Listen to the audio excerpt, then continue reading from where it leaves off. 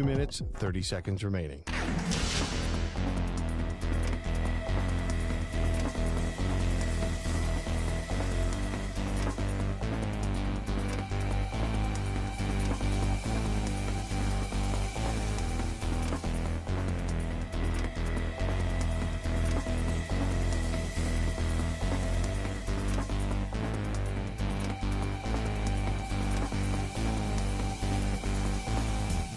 Two minutes remaining.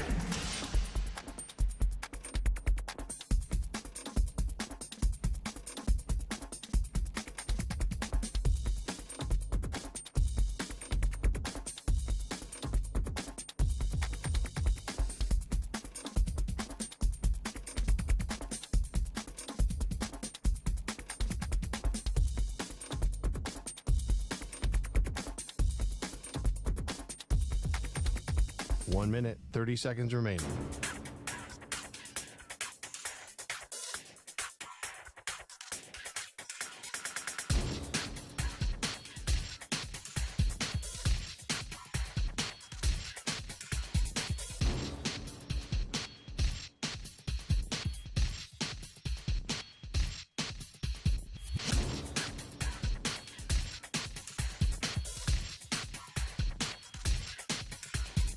One minute remaining.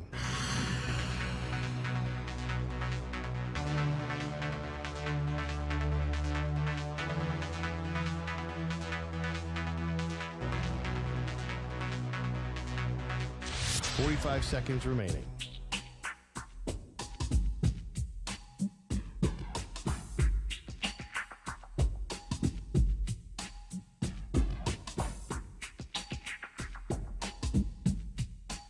Seconds remaining.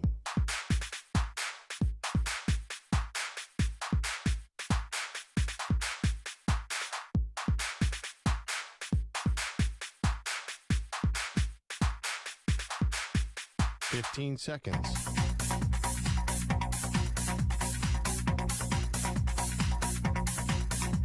Break ends in 5 seconds.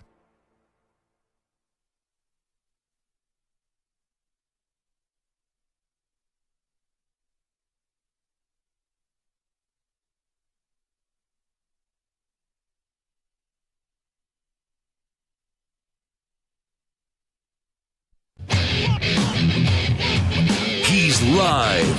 He's nationwide on CBS Sports Radio. This is the Zach Gelb Show.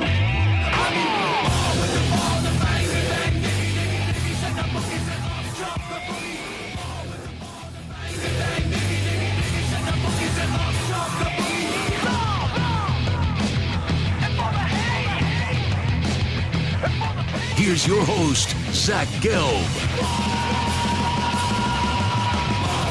Live from the Play Show, yet not overly ostentatious studios of CBS Sports Radio here in beautiful New York City, sitting on top of the 10th floor of 345 Hudson Street. Welcome on in to a Thursday edition of the Zach Gelb Show across all of our great local CBS Sports Radio affiliates, Sirius XM, Channel 158, the free Odyssey app, and, of course, streaming on YouTube. 855-212-4CBS is the number to jump on in. 855-212-4227. You could always get at me on Instagram, where I'm straight flexing, or via the good old cesspool of Twitter, at Zach Gelb. That's ZACHGELB. Action-packed show for us today, all the way up until 6 p.m. Eastern, 3 p.m. Pacific. Got Stuart Kovacs and Jack Carty along the other way. And we'll have not one, not two, but three guests stopping by. Coming up 40 minutes from now, the man that made the game-winning interception in the game up against the Ohio State Buckeyes, Rod Moore from the Michigan football team. At the top of the hour, 60 minutes from now, former NFL linebacker Shawne Merriman. He's in New York City. Whenever he's in New York City, he stops by the Zach Gelb Show on CBS Sports Radio in studio. And then in the final hour of the show at 5:20 p.m. Eastern, 2:20 p.m. Pacific, the head football coach of the Oregon Ducks, Dan Lanning, will join us, as tomorrow on Friday, you got a big-time Pac-12 championship game between the Oregon Ducks, who have one loss on the season, to the undefeated Washington Huskies. We do know Washington did give Oregon their only loss on the year. So looking forward to a monster show today. But we got to start off with the Dallas Cowboys, who kick off Week 13 tonight, and they are hosting the Seattle Seahawks. Full disclosure, I do believe the Dallas Cowboys are going to win this game tonight. I see the spread is 9.5. That makes me think Vegas is begging you to plus the points with the Seahawks. Sometimes I see a spread like that, and a little voice goes off in my head. Zach, use your brain. Let's be smart here. If Vegas is begging you to plus the points with the Seahawks, just go the other way. I do think Dallas is going to win tonight, but I'm not going to plus the 9. I am going to plus the 9.5 points. I'm actually going to drive it up a little bit on a parlay with CeeDee Lamb getting an anytime touchdown and the Cowboys plus 10.5 or Seattle plus 10.5. That's just the way that I think that this is going to play out tonight. I do think we're going to get a close game here.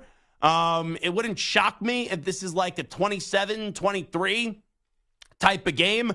But then I do get a little bit concerned that maybe it ends up being a 30-20 type of game as well. And both of these teams, like you look at Dallas right now is 8-3. They just beat the living snot out of the Washington Commanders on Thanksgiving. And then you look at the Seahawks, they got the crap kicked out of them by one of the better teams in the NFC in the San Francisco 49ers on Thursday. So both these teams had the same amount of time off. You go into Jerry's world where the Cowboys have been unbeatable this year. But I look at the Cowboys, it's like a solid test for them. I don't want to say this is a good test. I don't want to say it's a great test. But this is a solid test for the Dallas Cowboys because they win this game. This is their best win of the season. You look right now at the Cowboys. Yeah, they have 8 wins, but 2 of their 3 losses came to 2 of the better teams in the NFL, where they lost to the Eagles in Philadelphia, and they can avenge that a week from now. And then they also got just destroyed by the San Francisco 49ers. So sure, there is no doubt about it that for Seattle, this game means more because they have the worst record. But I still feel confident in saying that even if the Seahawks lose this game tonight, the Seahawks are still going to find a way to make the playoffs. Like, the Seahawks have too much talent this year to not make the playoffs. And also, you look at the state of the NFC, and not a lot of teams here that scare you this year outside of the top 2 in the Philadelphia Eagles and the San Francisco 49ers. So Seattle could drop this game tonight, and I think they will drop this game tonight. They go to 6-6. But when you have DK Metcalf, when you have Tyler Lockett, when you have Jackson Smith and Jigba, when you have the young secondary that they have led by Woolen, and you got a phenomenal coach in Pete Carroll, you're going to find a way to get to the finish line. You're going to find a way to be one of the 7 teams remaining in the NFC. Like, this is not Brandon Staley with the Los Angeles Chargers, where they have all that talent, and you know the coach can't coach himself out of a paper bag to save his life. Like, we all know Pete Carroll is a top 5 coach in the sport. But moving off the game tonight, where I do like the Cowboys to win, and I think this game will be closer than what people are predicting, I go to the MVP conversation. Because I've noticed something from the Drama Dallas choking Cowboy fans. They're making a big push. They're creating a lot of noise. This is getting a little deadly at times on social media, where if you don't say Dak Prescott is the MVP of the league, you have all those cockroach Cowboy fans popping up and all those cockroaches saying, oh, you hate Dak Prescott? Oh, do you not realize how many touchdown passes he's thrown this year? And how he's beat the snot out of all these bad teams, but they haven't been able to find a way to get a victory up against a good team? You have seen the push for Dak Prescott just getting bigger and bigger and bigger, and the fans just screaming louder and louder and louder for this guy to win the MVP. And don't get me wrong, he deserves a seat at the table. This is not, you have your adults table during the holiday time and the kiddie table, and we put Dak at the kiddie table. No, Dak deserves at the big boy table this year. He's at the adult table. There's no doubt about it. But a lot of people have decided not to show up to the table this year. Or a lot of people decided to get hurt, unfortunately. Like Joe Burrow, who would have been in the MVP conversation. Aaron Rodgers, who would have been in the MVP conversation. And I know Mahomes has a seat at the adult table, but I can't give Patrick Mahomes the MVP this year. Well, every time we talk about the Kansas City Chiefs, what do we say? Their offense hasn't hit full stride yet. They haven't got up to the degree that we expect them to. So I look at the odds today. and I saw this on ESPN, that the 4 highest odds to win the MVP this year, Jalen Hurts right now at plus 150, Patrick Mahomes at plus 400, Lamar Jackson at plus 500, and then Cowboy fans start screaming, start yelling, start slamming the table. Dak. Dak's got to be the MVP. Dak Prescott at plus 800. And the more and more I think about this, and when I look at those 4 names, I don't think Mahomes is winning it this year. I think Hurts has a chance. I think Lamar definitely has a chance. And I'll even say this. Dak wouldn't be my MVP, but I can't deny him at least in the conversation of having a chance this year. I would also like to throw in 3 more names. Those 3 names would be Tyreek Hill. I would also like to throw in 2 defensive players too. Myles Garrett. Now, his chances could take a hit depending on how healthy he's going to be the next few weeks with the shoulder injury, and it looks like he's going to play through it. And the other is TJ Watt. And I know this is usually a quarterback award. We haven't had a non-quarterback win this award since 2012. But for defensive players, I think Myles Garrett and TJ Watt both have an excellent case this year. Now, I don't think the voters will do the right thing. I don't think the voters, because a lot of them are just like archaic writers, will think outside the box and they'll just be like, oh, we have to go with the quarterback. Oh, is it going to be Jalen Hurts? Is it going to be Lamar Jackson? Is it going to be Dak Prescott? Oh, Tyreek Hill, can we give him the award? Is it going to be Tua Tagovailoa? So that's what I think the voters will do, because a lot of them just don't think creatively, or they don't watch the games and they've just had these votes for years. But look at this year. The Steelers don't have jack on offense. The Browns, they lost Nick Chubb and Deshaun Watson. And quite frankly, Deshaun Watson was playing like ass anyway before he got hurt. And look who has carried the Browns and also the Steelers. It's their 2 defensive stalwarts in Myles Garrett and TJ Watt. Without those 2 guys, the Steelers and Browns are not where they are right now. So is the award who's the best quarterback, who's the most valuable quarterback, or is it who is the most valuable player? And as we start week 13 tonight, this is open. You could call in at 855-212-4CBS, 855-212-4227 and say, Zach, I think it should be Jalen Hurts. Zach, I think it should be Patrick Mahomes. Zach, I think it should be Lamar Jackson, Dak Prescott, Tyreek Hill, CJ Stroud, TJ Watt, Myles Garrett. Like, there's a lot of names that you could give me. And I may say I prefer to go elsewhere, or I may say, I don't think it's likely, but I probably can't refute a lot of the names at least having a sensible case to go win the MVP. But I want to circle back on the Cowboy fans. And let me preface this once again by reiterating to you drama Dallas choking Cowboy fans that I think your team's going to win tonight. And Dak Prescott's going to play well in the game tonight. And Dak Prescott has a case to be made to win the MVP. But you know it and I know it. With the push that the cockroach Cowboy fans have been putting for their guy in number 4 in Dak Prescott when he hasn't won a big game this year, and he's putting up a bunch of still prodigious stats, the push really shows your insecurities about your football team.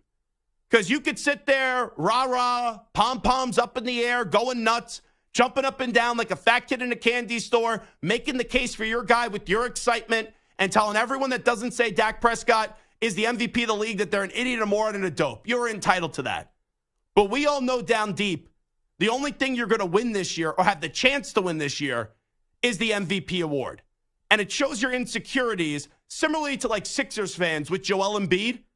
When last year, all they did, Joel Embiid has to win the MVP. Joel Embiid has to win the MVP. Because the Sixer fan knew that was the only big-time thing they were going to win. Because the Sixers had no shot to get to the NBA Finals and hoist the actual trophy, the Larry O'Brien trophy. Just like the Cowboys are not going to be getting to a Super Bowl, not going to be representing the NFC in Las Vegas and hoisting that Lombardi trophy. Because the facts about the Dallas Cowboys, they're a good team. They beat up, and I mean obliterate, destroy the bad teams, but the 2 great teams they've gone up against this year, Dak Prescott had the ball at the Eagles' 6-yard line. He ended the game snapping the ball from the Eagles' 27. He went the wrong direction. Against the 49ers, they didn't even have a prayer in the game. They didn't even show a pulse.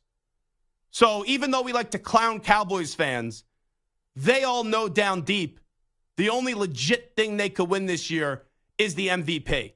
And the MVP for the Dallas Cowboys has turned into their Super Bowl, which let me just give you a friendly reminder. The Dallas Cowboys have not been to a Super Bowl since the 1995 season or even an NFC title game. So who do you think should be the MVP this year? 855-212-4CBS, 855-212-4227. Let me go to Eric in Youngstown, Ohio. He's first up on the Zach Gelb Show on CBS Sports Radio. E, what's happening?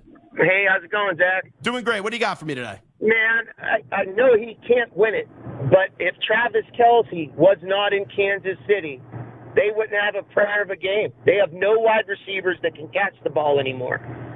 They got rid of Tyreek Hill. They got rid of, come on. Without Kelce, Mahomes can't win. Yeah, but up against the Eagles in that game, he played a big role in why they did not defeat the Eagles a few weeks ago, putting the ball on the turf.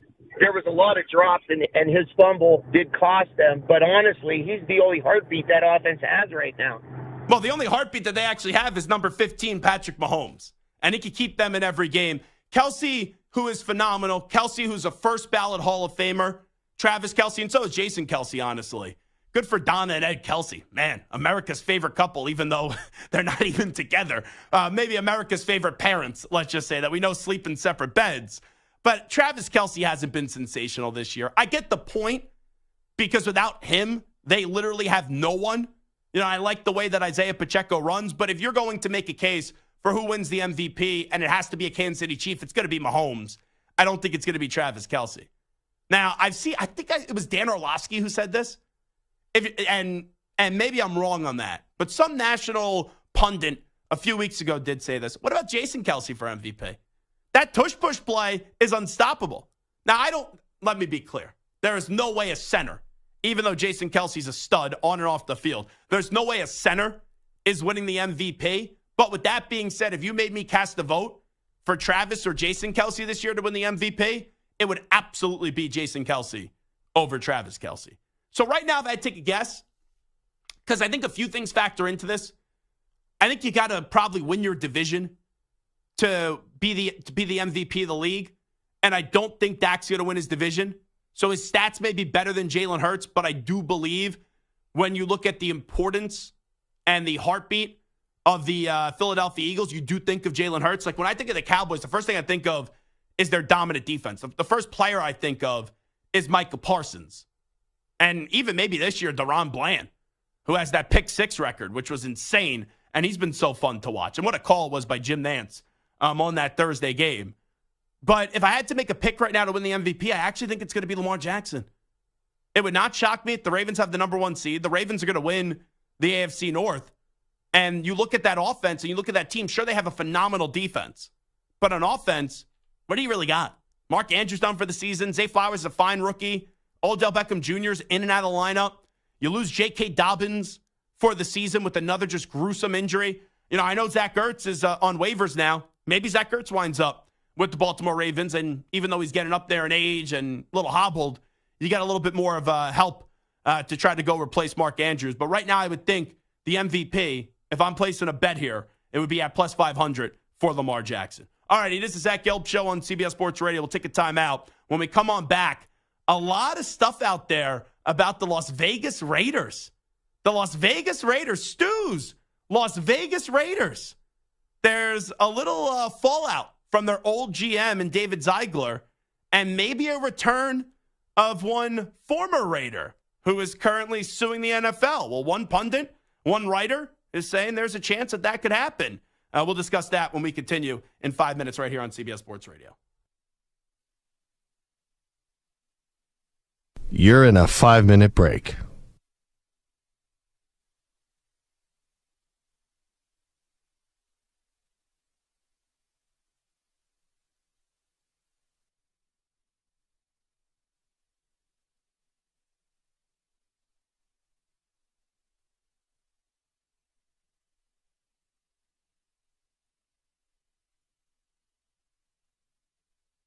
Four minutes, 30 seconds remaining.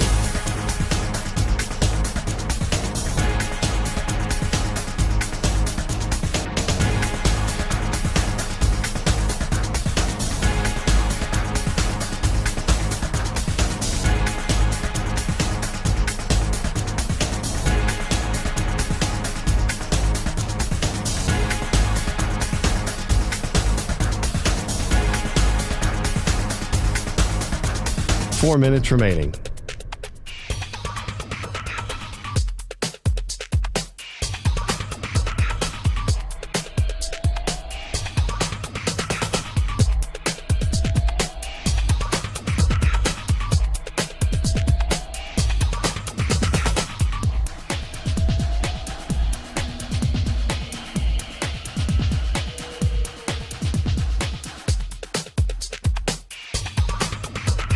Three minutes, 30 seconds remaining.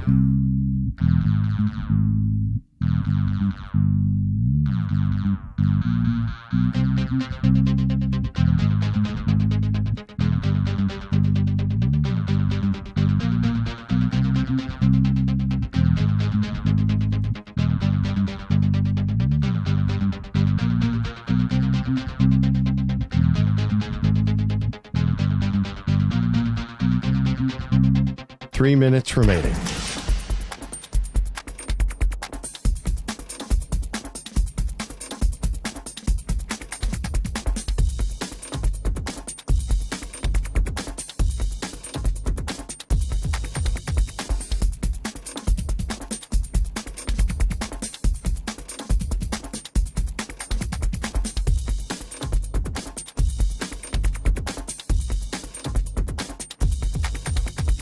Two minutes, 30 seconds remaining.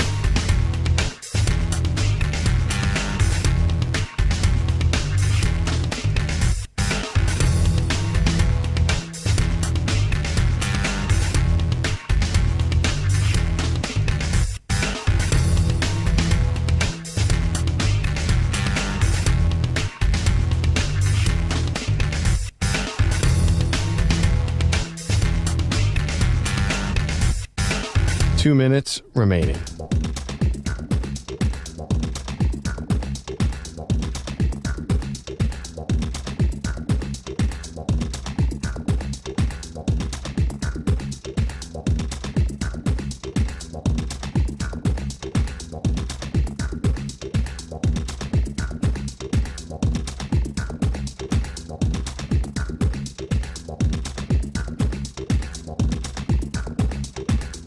One minute, 30 seconds remaining.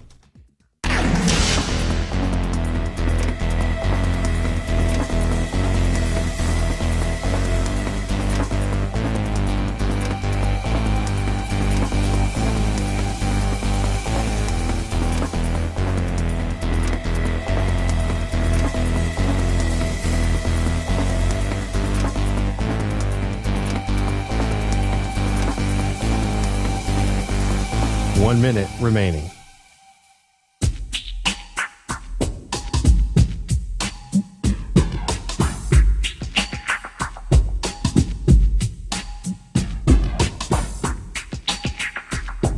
Forty-five seconds remaining.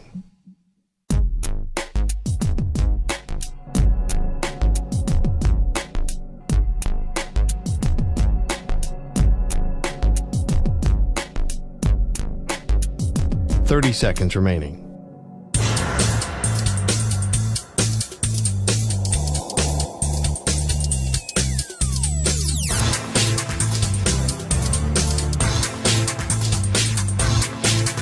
Fifteen seconds.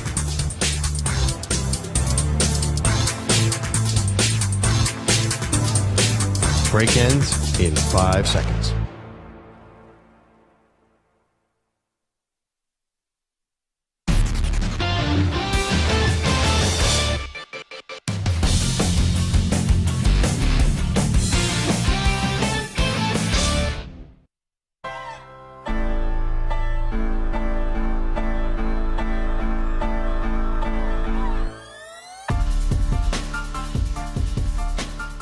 He's live. He's nationwide on CBS Sports Radio. This is the Zach Gelb Show. Aren't they the same player? Where Kirk Cousins, you know he's a good quarterback. Do you ever think that you consistently have the top 10 quarterback in the league? No. Dak Prescott, there's times he looks like a top 10 quarterback. But in a big spot, just like you do with Kirk, you don't trust him. Now, there's moments where Dak looks great. But when the highlight of your career is how you played up against a team that was the worst team to get into the postseason this year, that's a problem. Here's your host, Zach Gelb. You can stream the NFL on Westwood One for free. free, sponsored by AutoZone. All season long, you can listen to every Westwood One broadcast of the NFL live on the NFL app by asking Alexa to open Westwood One Sports, or on the Odyssey app. Get in the zone, AutoZone.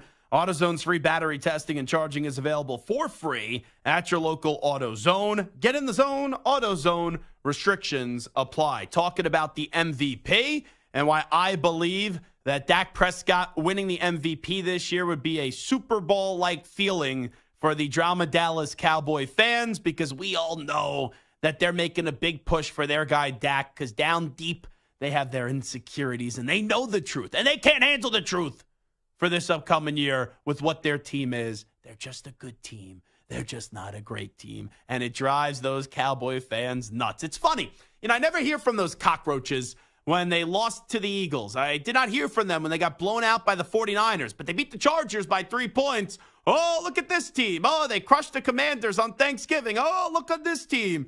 And then they lecture me about how you should appreciate the performances, a blowout performance up against bad teams. And I go, you're not wrong. We all enjoy stress-free football Sundays. We all enjoy when you could put your feet up and you could eat your nachos and your wings and your buffalo chicken dip and order some Chinese food at night. Like, we all enjoy those things. You don't have to worry about the football game. But let me just remind everybody, the Cowboys have lost to a really bad football team this year. They did lose to the Arizona Cardinals as well. So Cowboys fans can keep on pushing Dak for the MVP. I think he has a chance, like he has a spot at the table to be a finalist.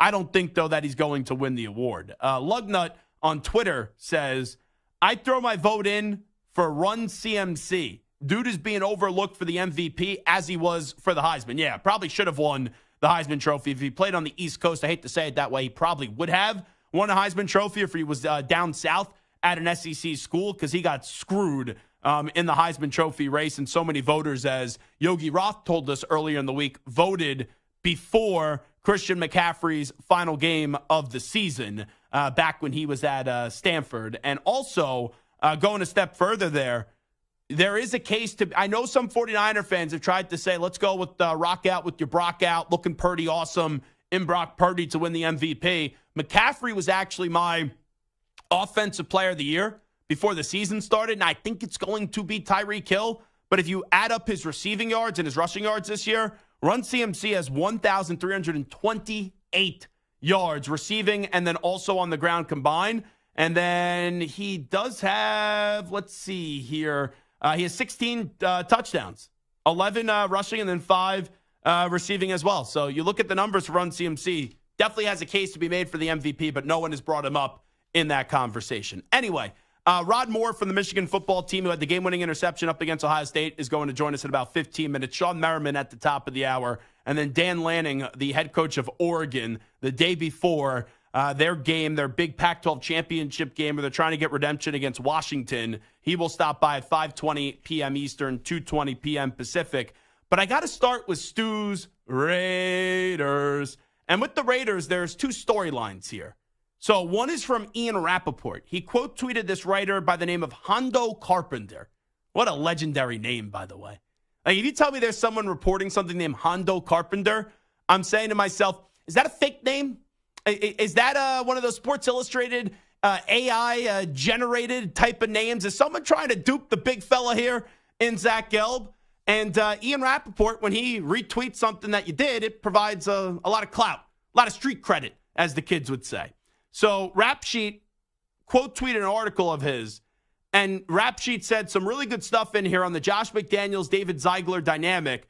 True that the former GM and his personnel department loved, sorry, Stu, C.J. Stroud. If they were trading up, that's who it was for. When it became clear McDaniels wanted Bryce Young, there was no deal. Now, Stu, I actually remember a few weeks ago, in the aftermath of the Josh McDaniels and David Ziegler relationship in Las Vegas when they were both sent packing, I remember we were discussing this report that came out that Ziegler vehemently opposed signing Jimmy Garoppolo, and Josh McDaniels was pushing for Jimmy Garoppolo.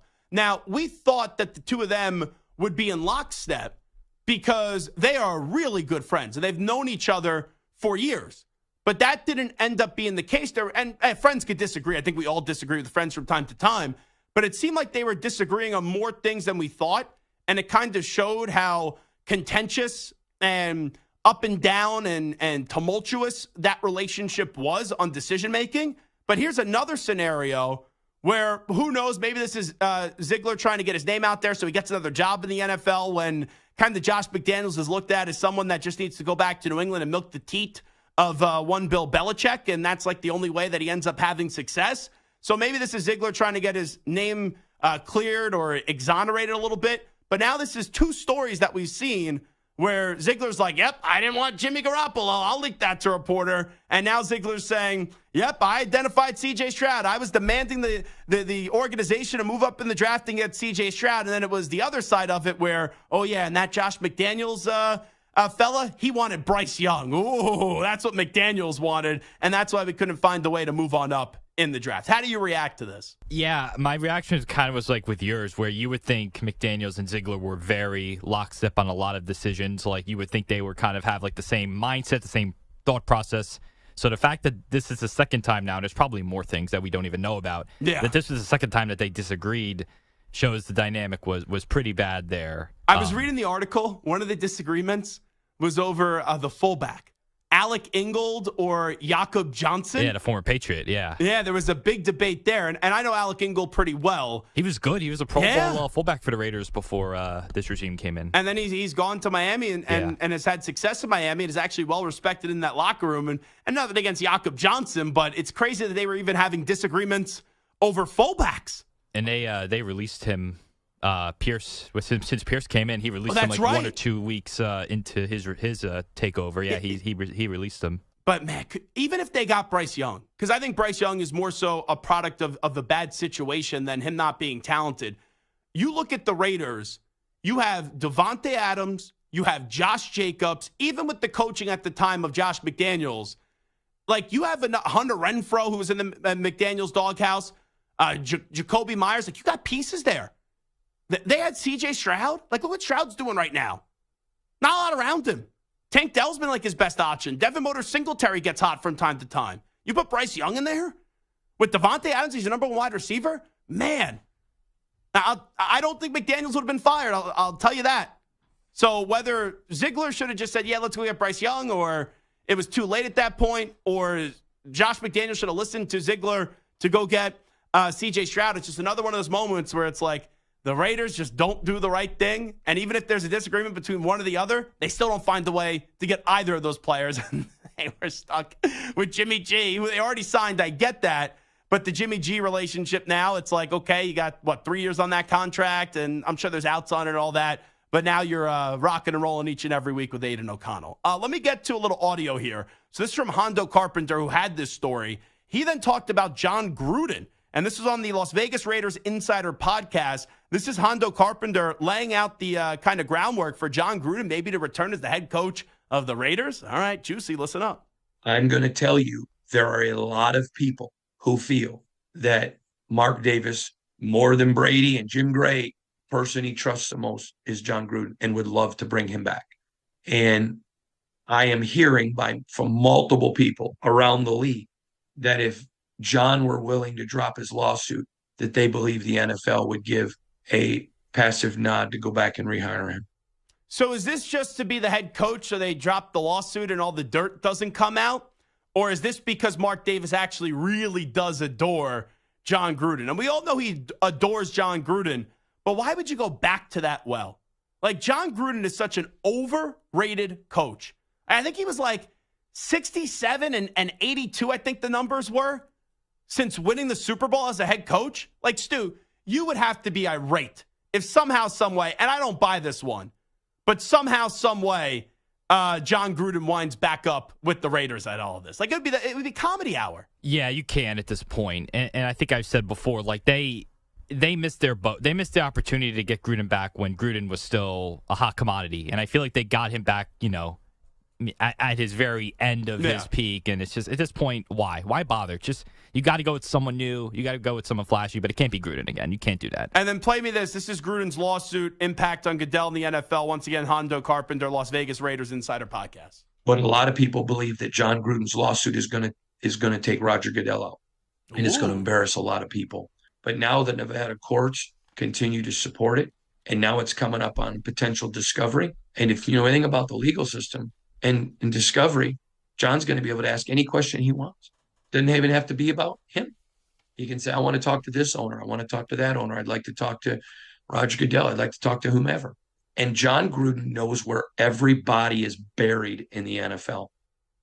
That would be typical NFL. Let's make one problem go away by bringing back another problem in John Gruden. That is some spicy and juicy stuff from Hondo Carpenter. All right, we got to take a break. It is the Zach Gelb Show on CBS Sports Radio. When we do return, the man that made the game-winning interception for Michigan up against the Ohio State Buckeyes, Rod Moore, will join us right here on the Zach Gelb Show when we return in a few moments. Update time first. Here's the Act Man, Rich Ackerman. CBS Sports Radio. Sports Flash. Well, Dallas police issued an arrest warrant for Von Miller. The Bills' pass rusher is wanted for allegedly assaulting a pregnant woman believed to be Miller's girlfriend. Police responded to a call yesterday, but Miller left before they arrived. The woman did not go to the hospital, but was treated for minor injuries. The Cowboys host the Seahawks to kick off Week 13, and Dallas looking for its 4th straight and 14th in a row at home. Dak Prescott and company are coming off a big win on Thanksgiving over the Commanders and are back in the national spotlight tonight. The Cowboys quarterback said that's nothing new for them. When you play the Dallas Cowboys, I can promise you the other teams, it is a little bit bigger than some of the games that they play, and that comes from people around the league. They always talk about it. Players that come in, free agents that come in, they mention it. So we're getting people's best shots. And then now as we move forward and teams with better records, we're still going to get their best shot. Dallas currently holds the top wild card in the NFC. Seattle right behind them at 6-5. Despite back-to-back losses, the Cardinals and Zach Ertz have come to a mutual parting of the ways. Doctors have cleared Bronny James to play basketball. He could return to USC practice next week and play shortly thereafter. I'm Rich Ackerman. CBS Sports Radio is everywhere, Perloff, at home, in your car, and, of course, on your phone and tablet. Maggie, you can find us on your local affiliate, Sirius XM Channel 158, or the free Odyssey app. CBS Sports Radio.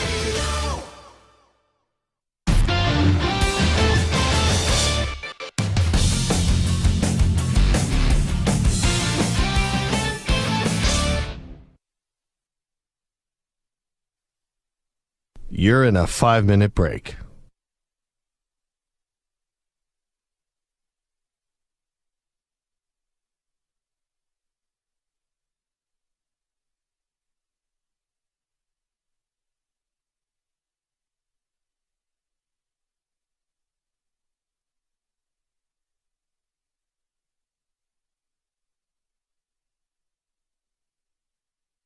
Four minutes, 30 seconds remaining.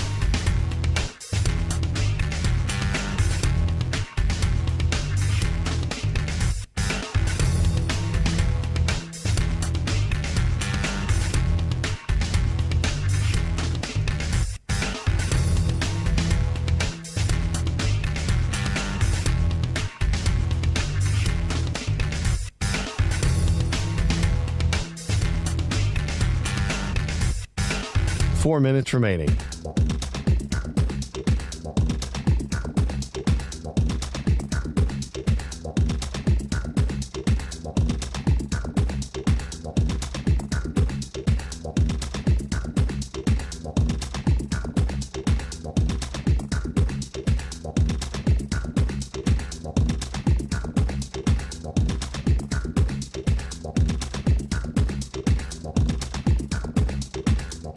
Three minutes, 30 seconds remaining.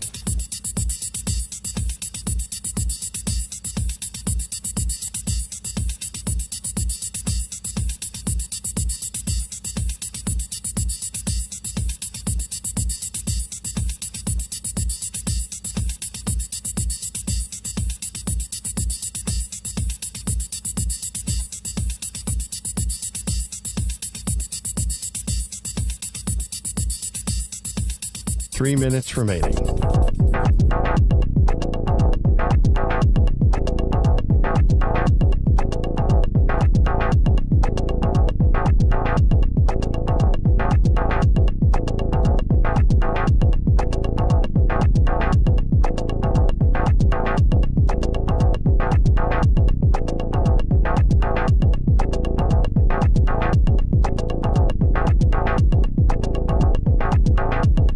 2 minutes, 30 seconds remaining.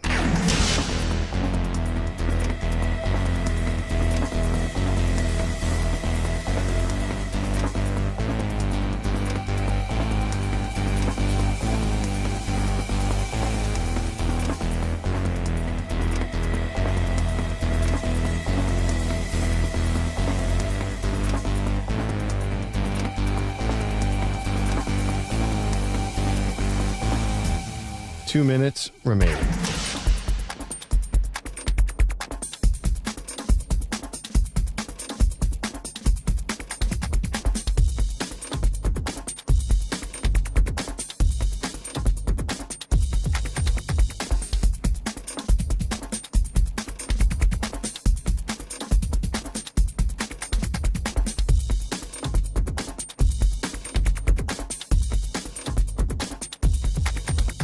One minute, 30 seconds remaining.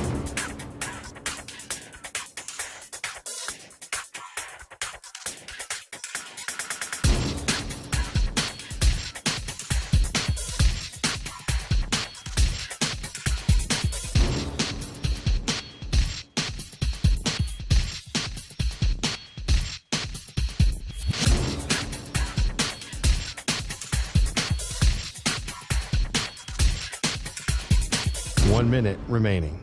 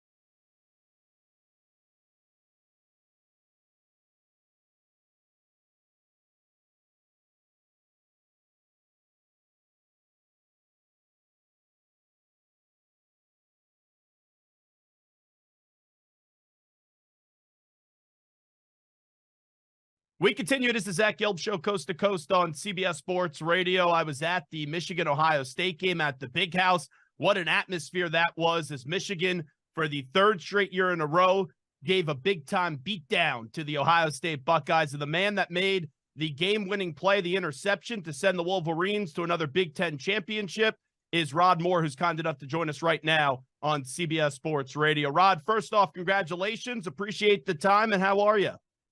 Thank you, man. I'm good, man. Just getting over that good win, trying to get ready for this Big Ten championship. So 5 days removed from making a game-clinching interception in the game up against Ohio State. Just take me through how you put it into words 5 days later.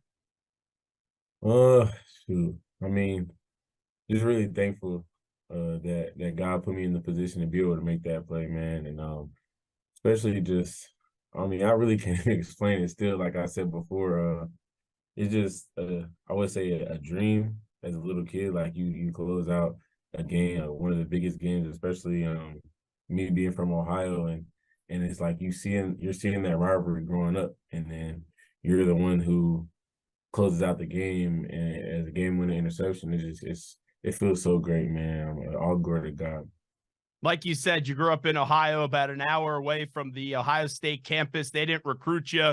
What do you want to say to that coaching staff and those coaches that didn't think you were good enough to play at Ohio State? I mean, I really ain't got too much to say.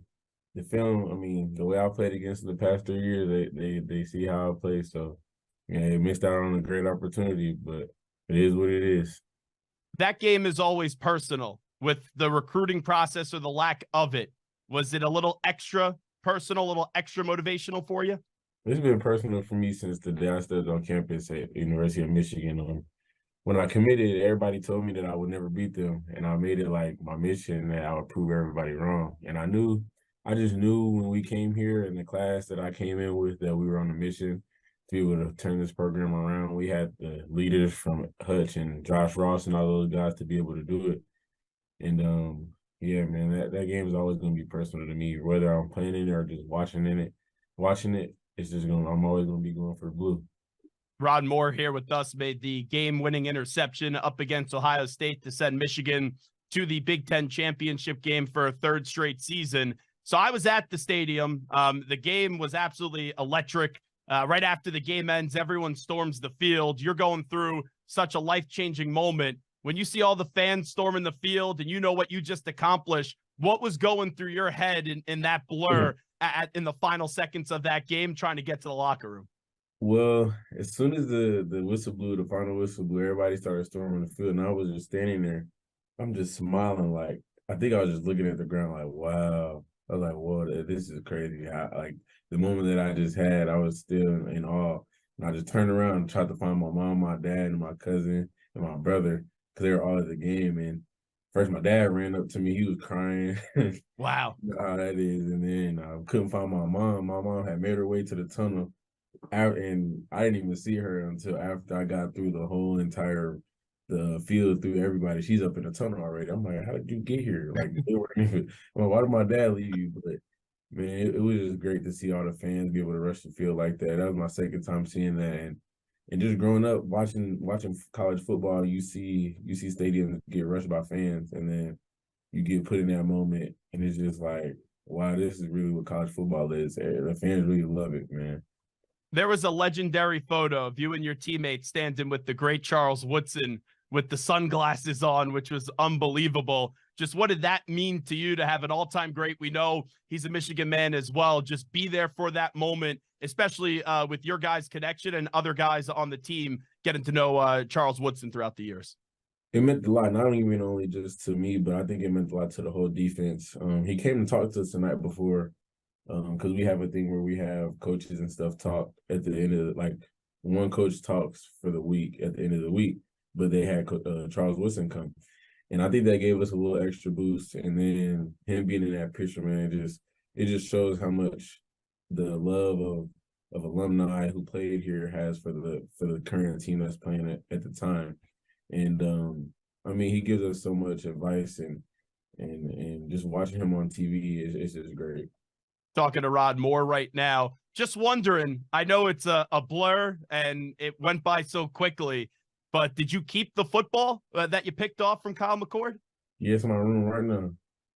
That's pretty neat stuff. I will say, too, I thought two big moments of the game. It was so unfortunate to see the injury by Zach on the offensive line, and then the next play after that long delay, Blake Corum gets into the end zone. Also, right before your interception, there was a review, which was a long delay as well. It kind of speaks to the how mentally tough this team is, that after two big moments in the game, you guys were able to answer right away with big changing plays. Why is this group just so mentally tough in your Michigan team? I think it's I'm gonna say it's a credit to Coach Herb to start off with. He always puts us in situations that test our mentality and make us mentally tough. Like, no matter what's thrown at you, you got to react to it and be able to handle it in any way possible. And then I think it's just the camaraderie and how we had as a team. Like, when Zach went down, I mean, you see the next play when Blake threw up the 6'5" on the camera. It's just everyone, you know how bad we felt for Zach, man, and what he was trying to do going throughout this season. And I think just us being just one full team and everyone having the same mindset and the same goals from the start of the season, I think that helps us a lot. We all know about the suspension to Jim Harbaugh. Shawne Moore was filling in for the last 3 games as the acting head coach on game day. Just what do you want people to know about Coach Moore and the job that he was able to do on game day the last 3 weeks? Dude, Coach Moore, man, that's one hell of a coach. I mean, everybody knows he'll be a head coach one day, but him just being able to step in that role and being able to step up and be that leader that we needed at the time. I mean, what was it? Penn State, when we landed, that's when we figured out when Coach Harbaugh wasn't going to be coaching with us. And the next day, he had to be the head coach of the team, and he did one hell of a job of that. And you've seen the emotion of him on TV. It just means that much to everybody in this program. If you guys win the Big Ten championship, a lot of people are going to be tuned in up against Iowa to see that trophy presentation, assuming the commissioner, Tony Petitti, is the one handing over that trophy to Jim Harbaugh.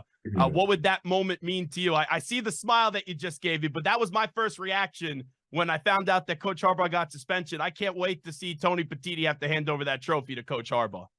I mean, I wouldn't say it's going to be a moment meaning to me. I think it'll be more so Coach Harbaugh just being able to look him in his eyes as he's handing him the trophy. I mean, it's just more so like a get back. Like, you tried to take him out, you tried to take something from us, but we still gonna do what we do at the end of the day. How would you describe Coach Harbaugh as a head coach and what your relationship has been like the last few years? It's hard. It's really hard to describe Coach Harbaugh, but I'm gonna say I love Coach Harbaugh, man. He's a hard coach, a very hard coach. I love the way he coaches. He demands perfection out of everyone, and just him as a person. He doesn't just care about football. He cares about you outside of football and what you're doing to be a better person outside of football, and he's gonna always look out for us. And I mean, my relationship with Coach Harbaugh, I got a really good one. I mean, since the day he offered me the day I committed, I mean, I've glued to him and been able to be cool with him. And he had my dad DJ his daughter's graduation party, so I mean that speaks to our relationship. Just wondering, this group, you guys have gone a long way, right? You've defeated Ohio State now 3 straight years. This is going to be your 3rd Big Ten championship game. We've seen you guys in the college football playoff the last 2 seasons. I know there's unfinished business with this group. What do you guys kind of take from the last 2 experiences to get you guys to the finish line this year? I think we just got to come ready to play. No matter who the opponent is. I think the first year we were there, but I mean, you got to give all credit to that Georgia team. That Georgia team is probably one of the best Georgia teams in history. But then, like last year, I think we just didn't take advantage of the moment, and I think this year, and whenever time we get to be able to get on that field, we got to take advantage of the opportunity and being able to capitalize on it. Because I mean, you only get one chance, and you blow that chance, it's all over with. So I think, I mean, there's 3 more games left to be able to do what we want to do, and I think we just got to be able to go do that.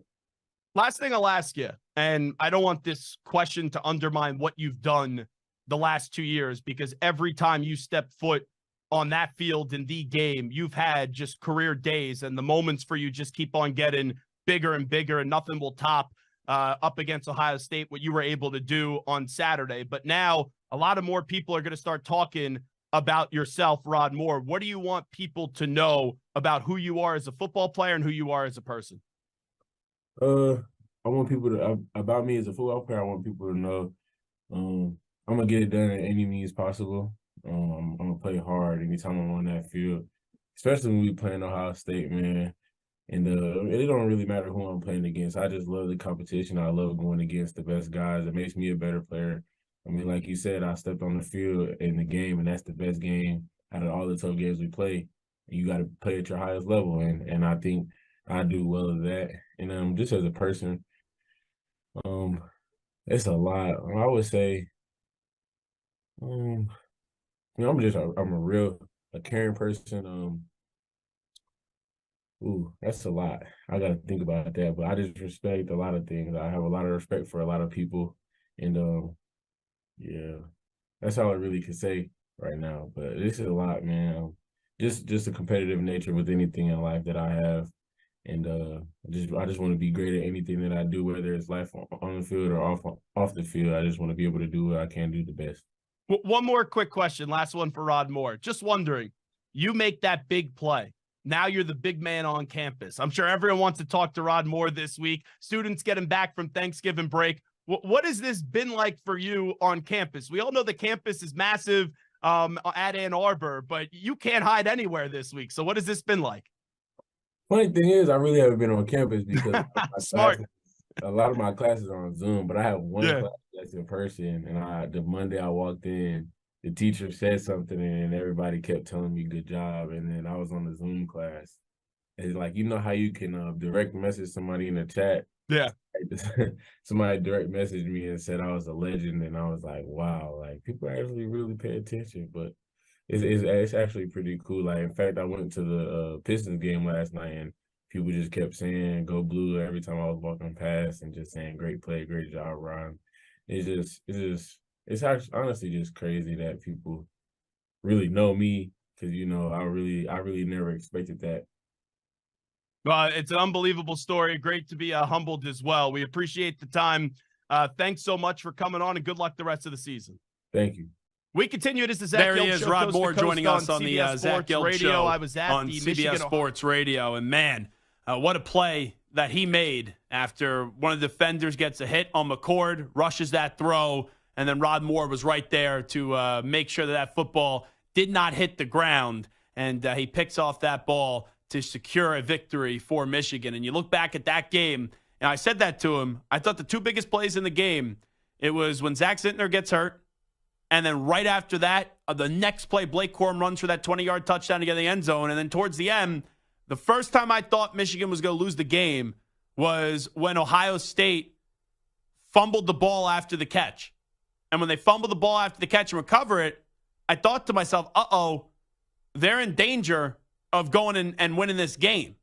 And then immediately right after that review, you get the play by Rod Moore. And I think we could all assume that Michigan's going to win the Big Ten championship game up against Iowa, and they'll be off to the college football playoff for the third straight year. But this type of year for Michigan, you got to bare minimum get to that national championship game. If you make this back-to-back-to-back seasons where you go down in the first round of the college football playoff, the semifinal, then it goes to 12, and who knows what happens. Maybe Harbaugh leaves the program. He's talking to the Bears and all these other reports that are starting to circulate. You never know if you'll ever be back to this close to winning a national championship. And, hey, we're in the final week of the season before you get to the college football playoff, and you got a little bit of a layoff.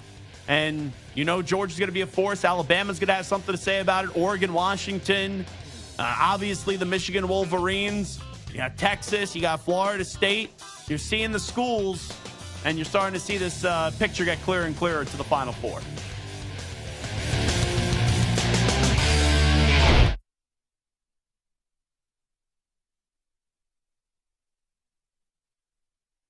You're in a 5-minute break.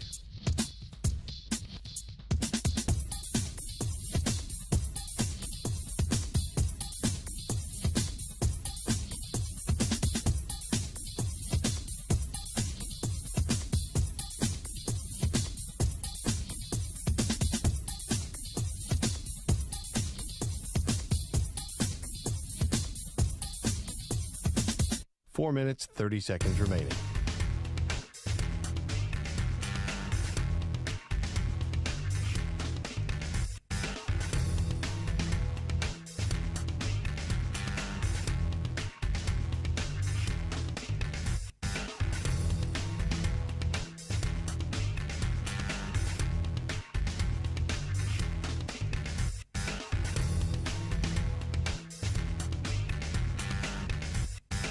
Four minutes remaining.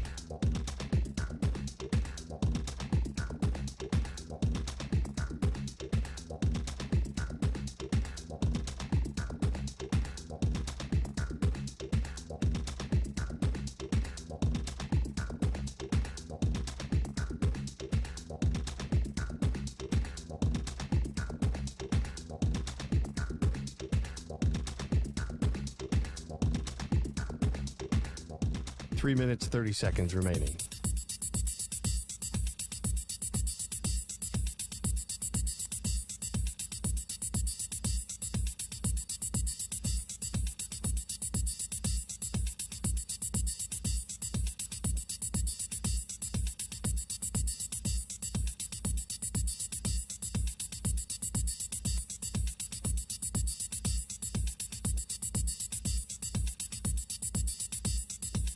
Three minutes remaining.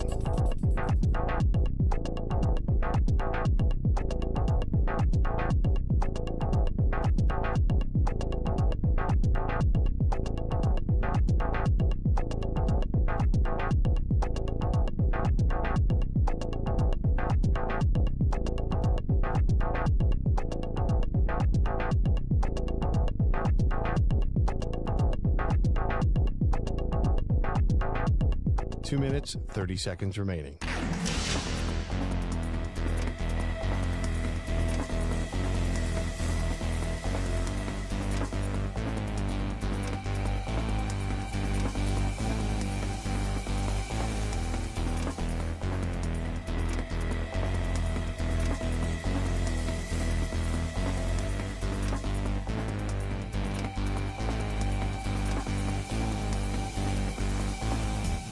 2 minutes remaining.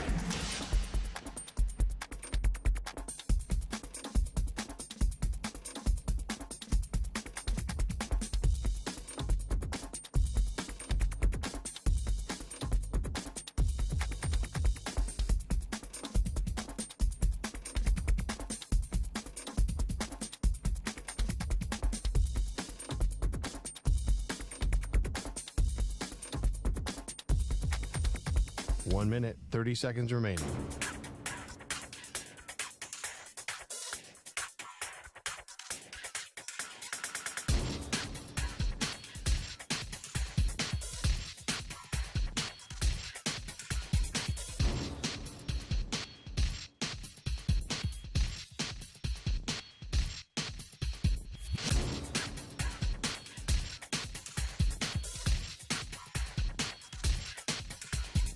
One minute remaining.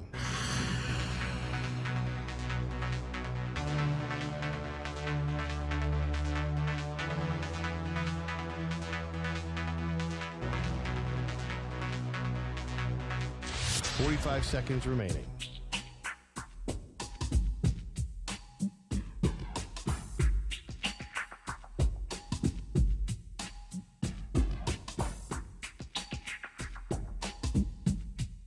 Thirty seconds remaining.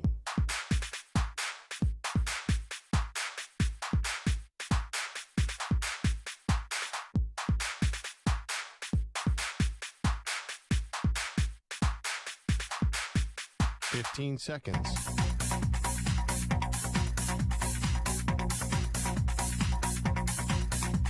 Break ends in 5 seconds.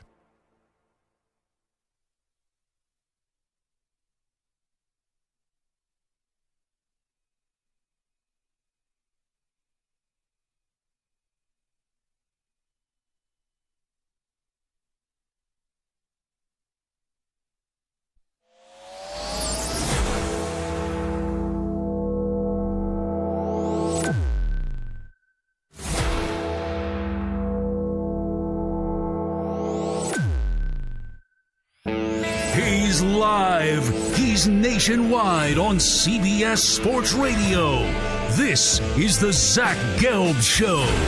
Busy show today, hour number 2 of our radio program. That's right, it is the Zach Gelb Show on CBS Sports Radio. Appreciate a few moments ago, Rod Moore from the Michigan football team joining us. Still to come in an hour 20 from now, the head coach of the Oregon Ducks in Dan Lanning. But now joining us in the studio right now on the Zach Gelb Show on CBS Sports Radio is former NFL linebacker Shawne Merriman. Make sure you check out Lights Out Extreme Fighting, which Shawne does run, and their next big card coming up is Saturday, January 6th. And Shawne is kind enough to join us right now in studio. Shawne, appreciate the time. How you been? What's up, my man? How you doing? I'm doing fantastic. I got to start you off with what Tom Brady had to say about a week ago. Yeah. Where the NFL is now a mediocre product. When you heard TB12 say that, how'd you react to it? Well, look, there was definitely some truth in what he said, right? I think a lot of things have been watered down because of the rules. And let's be honest, the reason why this country loves football is the violence and the bruteness of it, right? I remember my coaches in high school when it was in training camp, we were tired and we were all beat up, and they would always say that if it was easy, everybody would do it. So, right? So, like, nobody wants to go out there and get hit. I mean, that's the fascination with, football and NFL, the size of the guys, the speed, the explosion. So that's why this country loves football. So he had a point in what he said. Now, I don't like who it came from. Right? Because a lot of these rules were established because of guys like Tom Brady. In 2007 to 2008 when he tore his ACL, because we were out, I think, 2008, right? Mm-hmm. I think we were out the same year. Yeah, it was right after the undefeated season. Right after the undefeated season. Well, they established a no-hitting quarterback rules and started looking at it because of him. So I get it and understand. I know he complained to the refs a lot. No, don't get me wrong. Tom Brady took a beating while he played. He was knocked around. He was tough as nails. I mean, I've hit him plenty of times and thought he wasn't getting up. He did, right? He's tough. But those rules were established when those things happened to him, right? So the NFL started looking at it like, hey, we can't have our marquee guys to miss games, starting with Tom Brady. So I get what he was saying. He was right to the mediocre part of it, right? Because a lot of what's happening is starting to kind of water down what football has truly meant to all of us. And the reason why I started to play the game, because of the physicality of the sport. So he was right in that standpoint. I wish that he would have said, hey, a lot of these rules got started because of what happened to me in 2008. I think that would have made his point much more clear. The other thing, too, I thought was interesting was he said when you see a player like Ray Lewis on the field, you would know as a quarterback not to put a ball in a certain spot or a certain window because Ray Lewis would be there to blow up your wide receiver or your running back.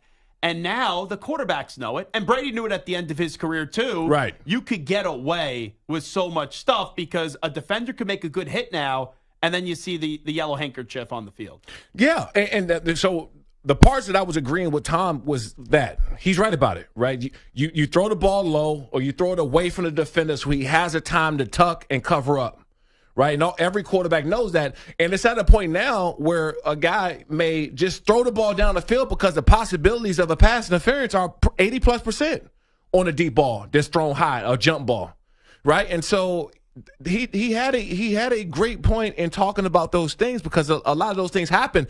And yes, you want to get your wide receivers and your offensive guys away from harm, right? Throw it on the back shoulder. Don't throw it across the middle. You don't. Anytime you start to see these wide receivers with the alligator arms, right? Don't throw those passes.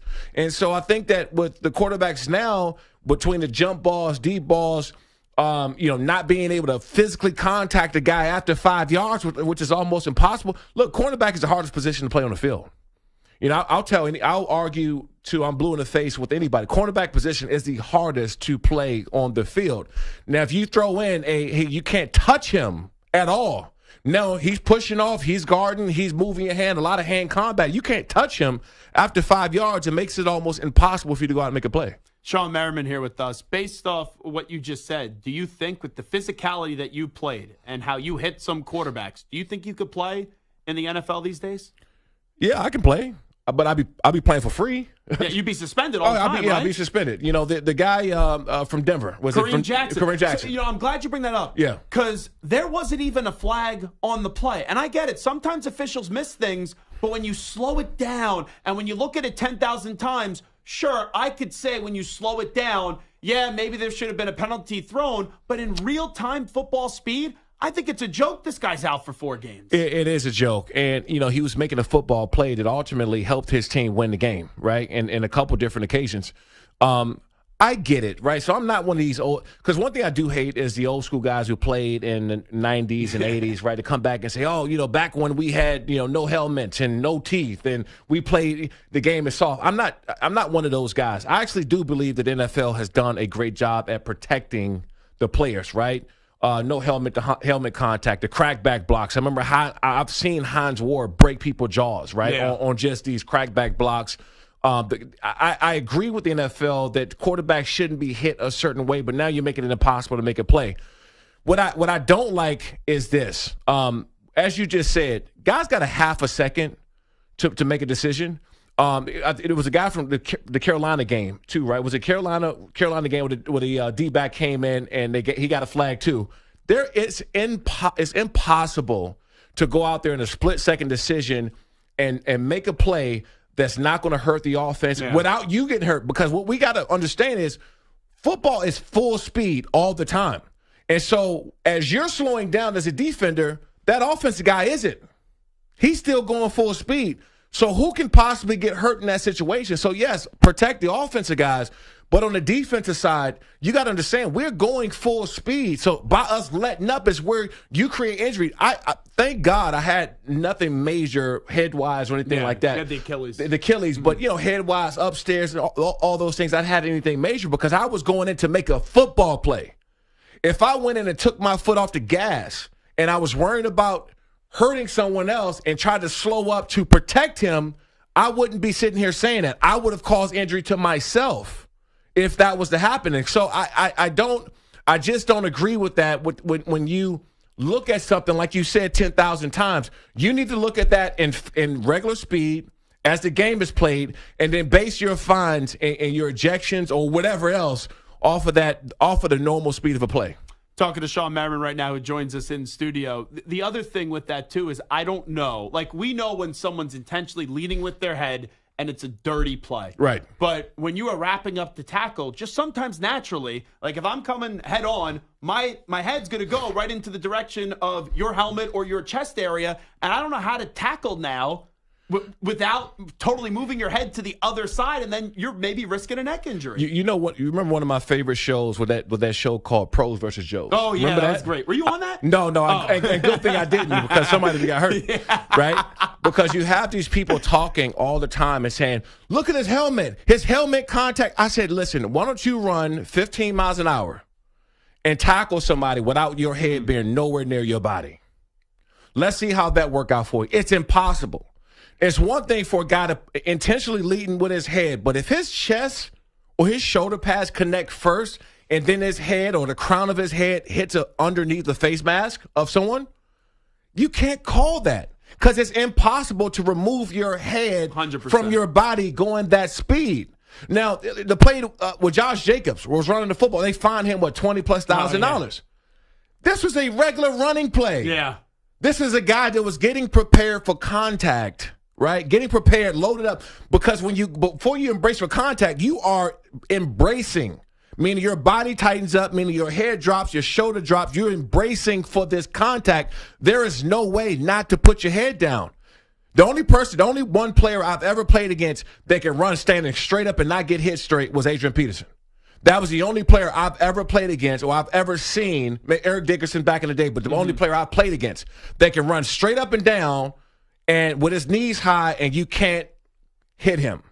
That was the only guy. The other thing, too, is just because you get a penalty called against you, I don't think it should result in a fine. Like, there's a clear line when you know someone should be fined, and you see the fines each and every week. It's becoming a joke that some of these players losing money. I think somebody who's been very outspoken about it is J.J. Watt. Yeah, he's been very, and so I get it that the NFL is going to do what they're going to do, right? Regardless, they're the big dogs. They're going to continue to do whatever they want to do. That's just how they are.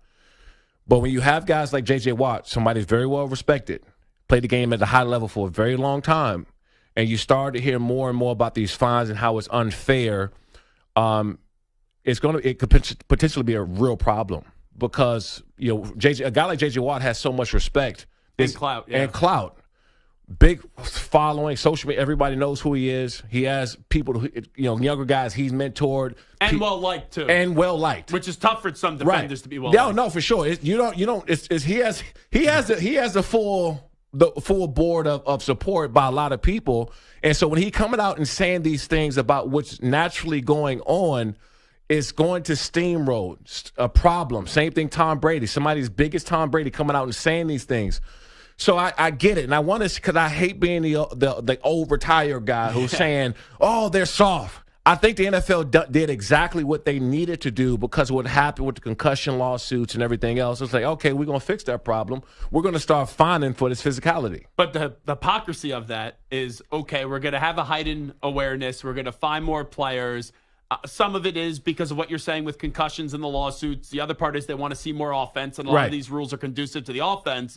But then we're going to add in an extra regular season game. Yeah. Tell me how that's safe for the players, where, sure, you cut out a preseason game, but most of those players weren't playing the preseason anyway, and then we add another regular season game. I never really had the problem with the extra game, as long as guys are compensated for it, right? The game has changed a lot, and I was I think it was Shady McCoy. Somebody were talking about the double days in practice that we all used to have in training camp. I mean, brutal, right? The two-a-days now, they're non-existent, but training camp now, it's a joke. I would play 15 years, right? I would play 15 years, because the way we practice and how intense and how physical practice was, and I'm not talking about the 2-a-day, 1-a-day, 2-a-day. I'm talking about 2-a-day for a month.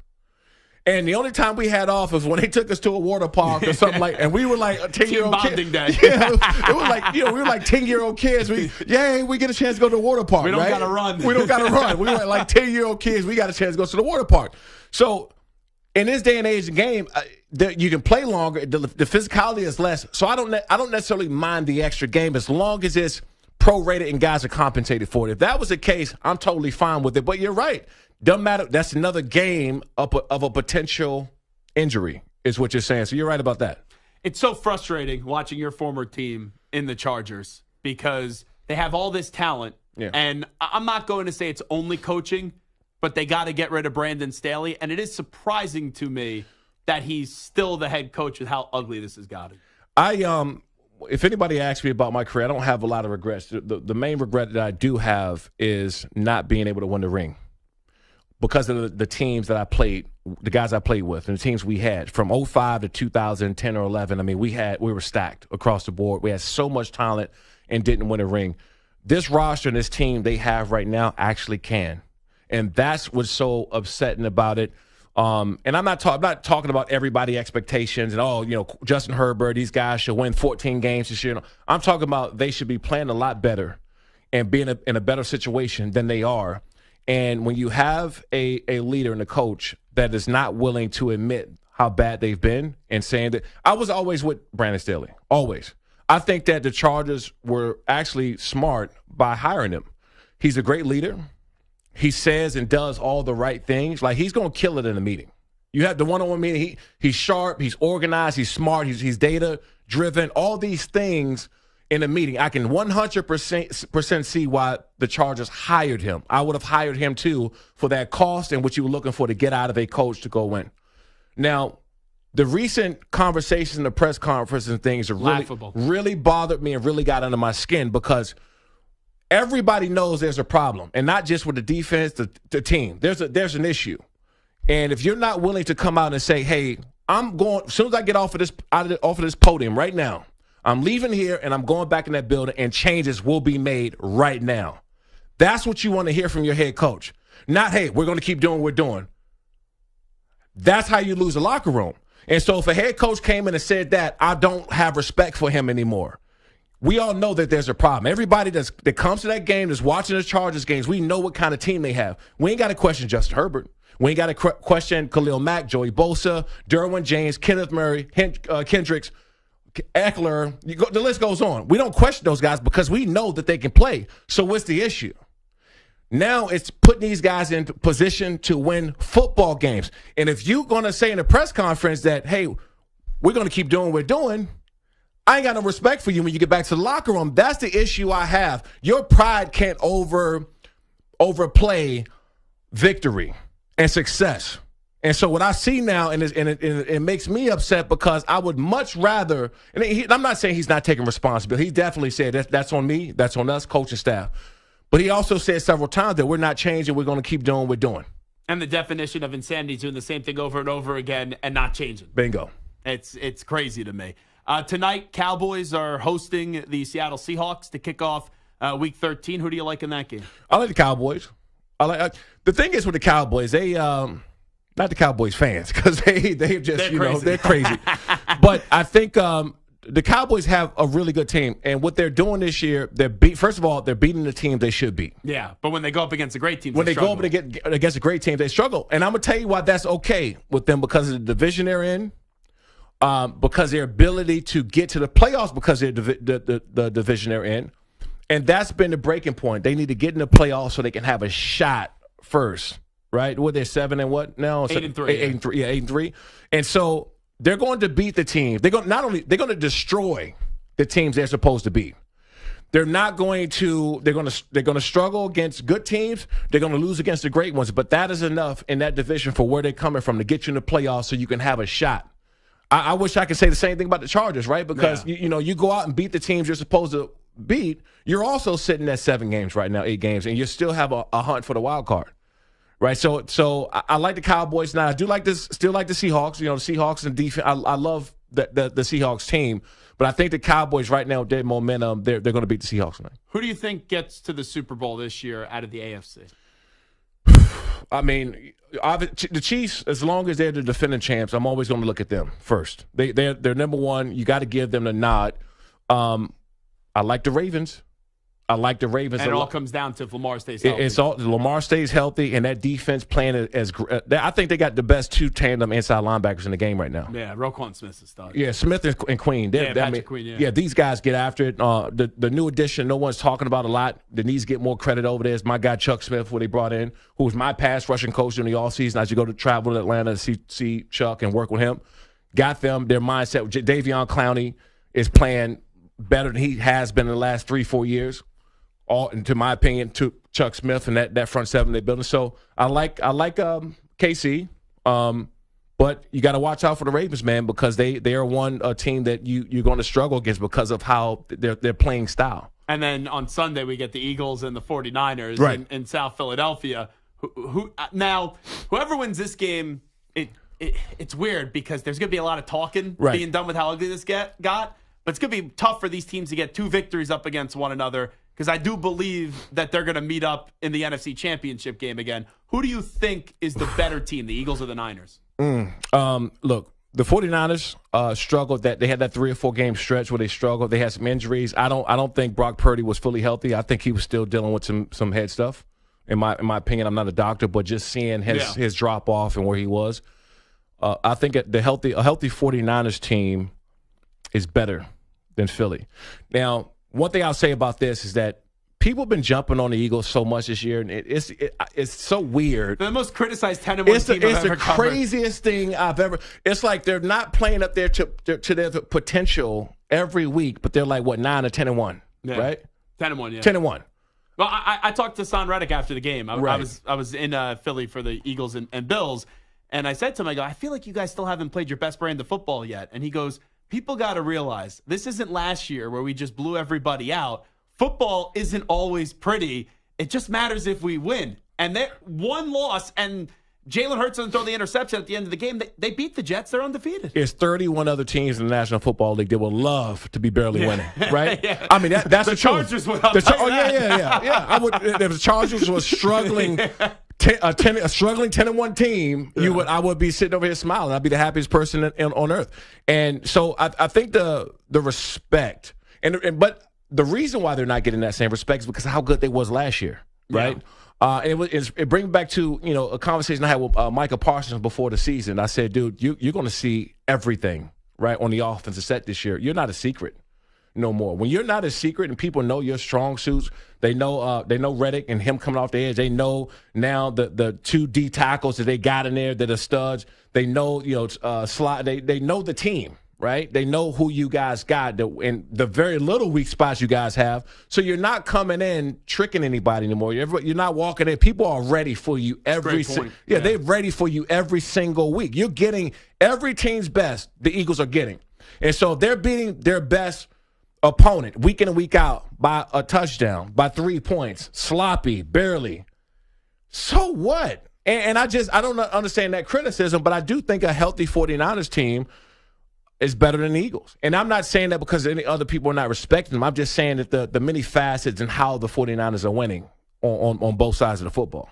All righty. The floor is yours, my friend. I know you guys got a big card coming up on Saturday, January 6th. Lights Out Extreme Fighting. Tell me the latest, and you can watch it all on Fubo Sports. Yeah, this one's our biggest card we've had so far. We got Abby Montez and Jackie Cataline on this card. Their main event, and they both fought big organizations before. We brought them over. We got that contract, and I can't wait for them. They are going to put on a show.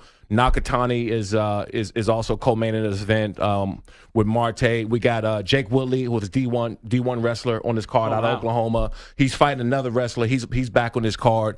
So yeah, January 6th, we'll be live on Fubo TV, Fubo Sports. Lights Out Extreme Fighting 13. If you're in that Long Beach area, SoCal area on the 13th, you want to be in the house with this, get your tickets at lightsoutxf.com. He, of course, is Shawne Merriman, who would have a whole lot less money if he was playing in the NFL these days with all the fines that he'd be racking up. It was good that you played the time that you did, right? Yeah, no, absolutely. No question about that. Hey, he's Shawne Merriman. I'm Zach Gelb. We'll take a timeout. We'll come on back on the Zach Gelb Show after these short messages. You're in a 5-minute break.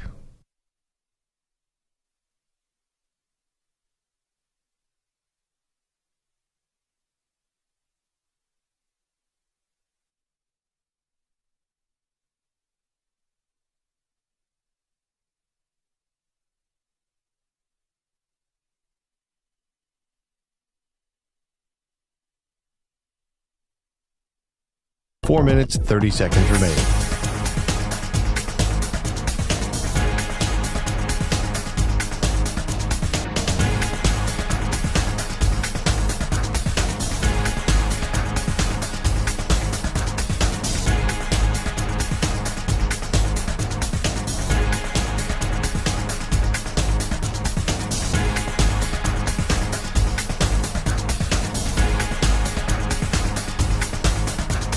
4 minutes remaining.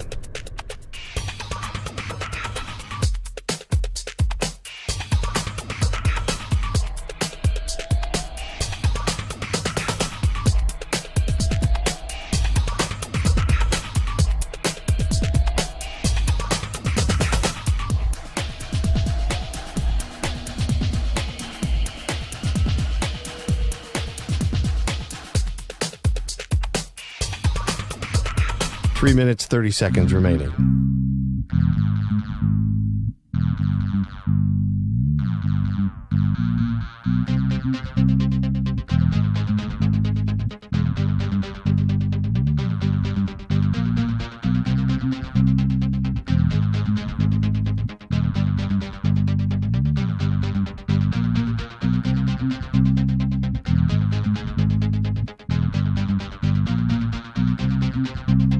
Three minutes remaining.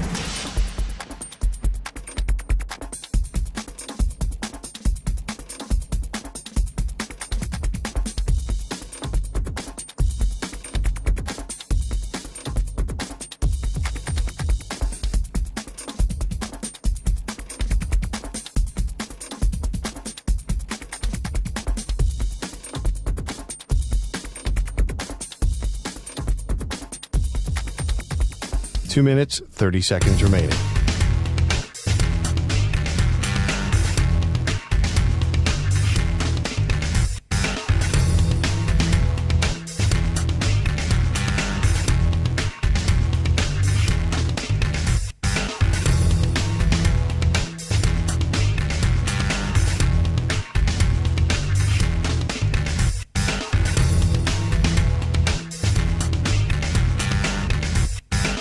Two minutes remaining.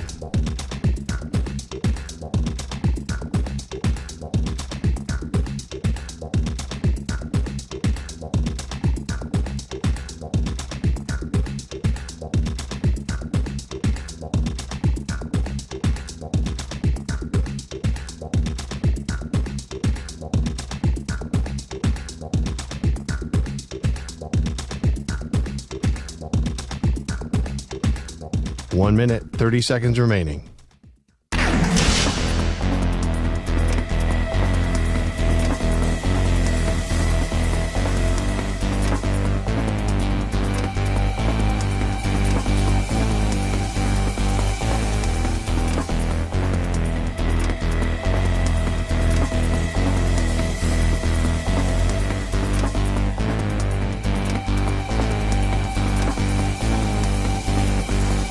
One minute remaining.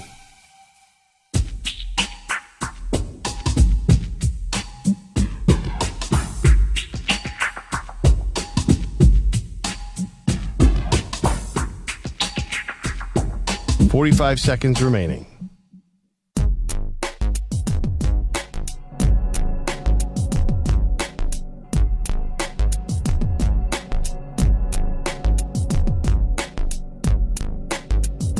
.30 seconds remaining.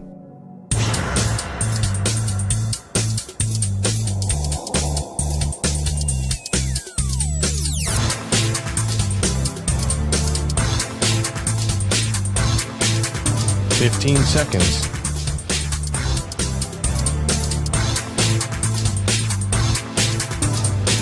Break ends in 5 seconds.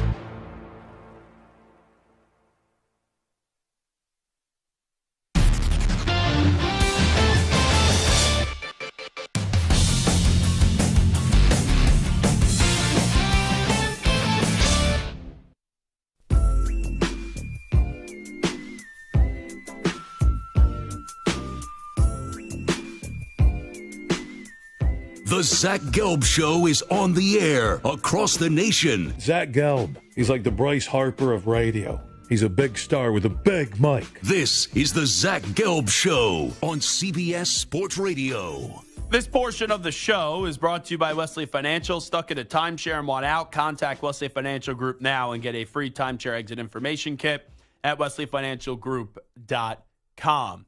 So I have to laugh at this. Sports Illustrated comes out with their Sportsperson of the Year. And before I tell you who wins the award, it's kind of sad what Sports Illustrated has become. Like, I remember as a kid always getting the Sports Illustrated magazine, or even a younger stage than that, SI for kids. Like, Sports Illustrated used to be a great publication, like must read. I remember, like, I have a doctor's appointment tomorrow that I'm going to.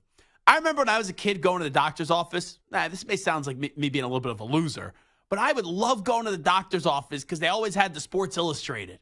And you would read it when you were in the waiting room. And, I would love if my dad ever brought home the Sports Illustrated magazine. And now it's like a lot of magazines and newspapers, the business is changing. It's not the same as it once was. And there's like a lot of low-hanging fruit that people like kind of eat up or latch onto to just get some clicks. But who thought it was a good idea? And I say this being a big fan of Coach Prime and Deion Sanders, to give Coach Prime the Sports Illustrated Sportsperson of the Year. Like, how the heck does that happen? Did they only watch the college football season when Colorado was 3-0? Did they not watch the final 9 weeks of the season when he was 1-8 down the stretch? 1-8 down the stretch. After beating Colorado State in that overtime game where they could have lost, they won one lousy game the rest of the year. And I say that knowing that the program last year only won one game. So there's an improvement, and you don't need a math degree to figure this out. Going from 1 win to 4 wins is a solid improvement. But there's a difference in having a solid improvement and then just saying, oh, he's the sports person of the year. Like, just off the top of my head, how do you not go Nikola Jokic? How do you not go Messi? How do you not go Shohei Ohtani? How about DeMar Hamlin? Bruce Bochy? If you want to go with the coach, if you want to go with the manager, Bruce Bochy comes off the couch from retirement, goes to the Rangers, wins a World Series. Guys won 4 World Series and took also the Padres years ago to the World Series. How about Angel Reese at LSU? I know she's now back from whatever happened there, so maybe that's why you don't give her the award, but she won a national championship. Caitlin Clark. Like, there's a bunch of names right there that are more deserving than Coach Prime.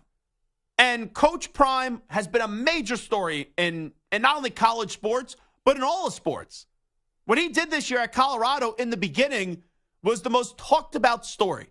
It was an electric story where he starts off the year and beats TCU, then beats Nebraska, then has that big event against Colorado State. But since then, I don't want to say he lost his appeal. I don't want to say now Colorado's moving in the wrong direction, because none of that would have been true. But when you start out the year 3-0, expectations change. Like, before the year, I said Coach Prime, 4 or 5 wins would be a really successful season. He got 4 wins. So, Zach, don't be hypocritical. Stand by what you said. But when you start the season 3-0, you got to find a way to have more than just one more win the rest of the way. And they didn't. Now, why did that happen? Well, they didn't have an offensive line. They were thin up front. We talked about that before the season started, that, yeah, you could have Travis Hunter. You could have Shedeur Sanders. You could have Shiloh Sanders. But you don't have the big boys in the trenches. You don't have the hog mollies, like Dave Gettleman used to call them. It doesn't require a PhD in football to know that you can't block, you can't get to the quarterback, you can't make a push in the trenches.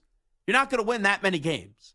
So Sports Illustrated, where I don't know if this was actual voters or if it was AI-generated voters, because maybe it is. I read that one article, they have an AI-generated writer, and they were trying to pass it off like it was an actual human being writing these things.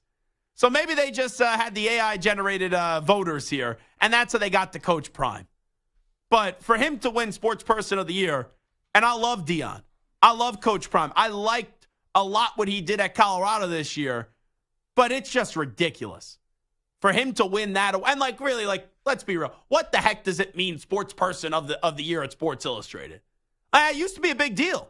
That publication used to be a big publication. But now, did anyone really give a rat's ass? Like, if they would have just came out and said Nikola Jokic is the Sports Person of the Year, or DeMar Hamlin, or Shohei Ohtani, or Messi, like whoever it is, Would anyone have cared? No. I wouldn't have cared. So I'll be fair here. We would not have talked about this. So maybe this is what they did, where it's not actual genuine award, but it's an award just to get a rise. It's an award to just go get 7 million clicks on an X post or a Twitter post, whatever we call these fakakta websites these days. Maybe that's what it is. Maybe that's what it is by SI. And if so, give you a nice little golf clap. Good job, SI. All righty, you got us talking about you. But to actually make a valid case for Coach Prime to be Sportsperson of the Year, I won't even read, I'll use a Coach Prime phrase here, I won't even read that bull junk on the explanation as to why Coach Prime won Sportsperson of the Year. But come on. And there's 7 or 8 other people that are more deserving, bare minimum, than him. Now, he got that team to bowl eligibility. He got them to 6-7 wins. Maybe it's a different story. But when you start off 3-0, expectations change, and you find a way to only get one more win the rest of the year, and they choked that game against Stanford too, there's no reason why he should win Sportsperson of the Year. Maybe it's an enjoyable story. It was a talked-about story. It was a nice little big-time jolt of energy right out of the gate in September, early October, but after that, it faded, and it faded in a big way. Zach Gelb Show, CBS Sports Radio. We'll take a break. When we come on back, we will do the Zach Gelb Show PSA, since it is a Thursday. Also, we got to get into all the latest surrounding Von Miller and the Buffalo Bills. But first up with the latest CBS Sports Radio update. You know what, Ack? Before we toss it, Ack, you remember how Sports Illustrated used to be such a big deal? I used to run home from school to find it in my mailbox because I subscribed. And I get it. It's now It's a joke. The way of society where everything's digital and things like that. But to still be known as the brand of Sports Illustrated, and if you're trying to take yourself seriously, giving Deion Sanders the Sportsperson of the Year, I don't understand it outside of just to get this reaction out of people. It's like when the Yankees wanted to move to New Jersey. So it's yeah, you're not wrong on that. All righty, here's what the latest CBS Sports Radio update. The Act Man, Rich Ackerman. CBS Sports Radio. Sports Flash. An arrest warrant has been issued for the Bills' Von Miller following an incident in which Miller is accused of assaulting a pregnant woman. Police responded to a call in Dallas yesterday, and Miller had left the scene by the time they arrived. The woman did not go to a hospital, but was treated for minor injuries. It's already Week 13, and it opens with the Seahawks and Cowboys in Dallas, who have won 13 straight at home, their last 3 overall, and come into tonight's matchup 2 games behind the Eagles in the NFC East, with a matchup against Philly looming next. Dak Prescott, though, said they have to take care of business first tonight. It's important for us, as I said, to continue to grow and build on what we've done and understand that, we've won some games. We've won some games in a tough league, but at the end of the day, it's about the next game. And right now we've got a good Seattle teams coming in. I understand they've dropped a couple here recently, but this is a good team. Prescott has 18 touchdowns, just 2 interceptions since a loss to the 49ers. Seattle comes in after back-to-back losses. Veteran tight end Zach Ertz released by the Cardinals. Kurt Cignetti reportedly leaving James Madison to become the new head coach at Indiana. I'm Rich Ackerman. CBS Sports Radio is everywhere, at home, in your car, and of course on your phone and tablet. Find us on your local affiliate, Sirius XM Channel 158, or the free Odyssey app. CBS Sports Radio.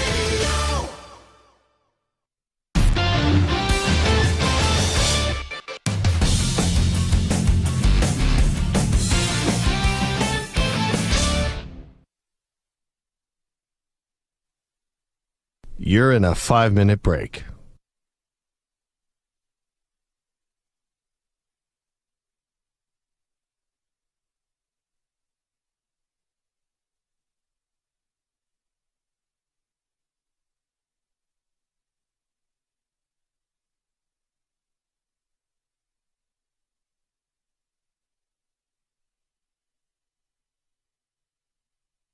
Four minutes, 30 seconds remaining.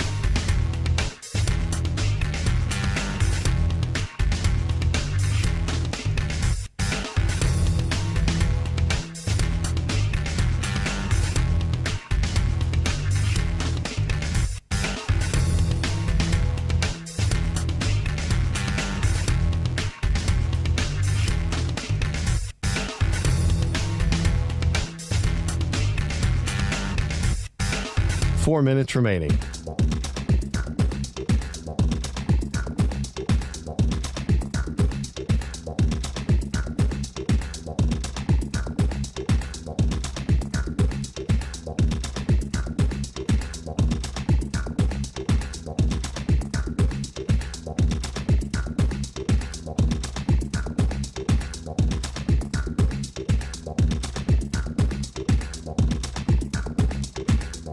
Three minutes, 30 seconds remaining.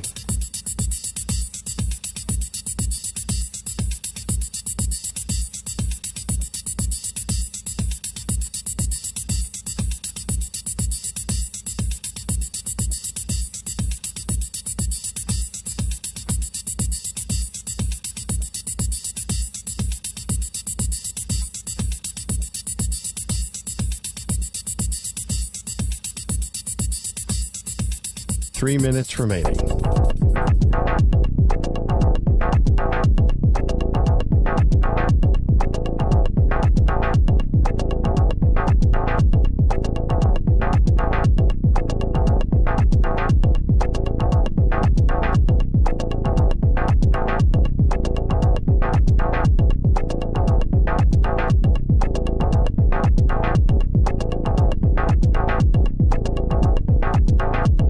Two minutes, 30 seconds remaining.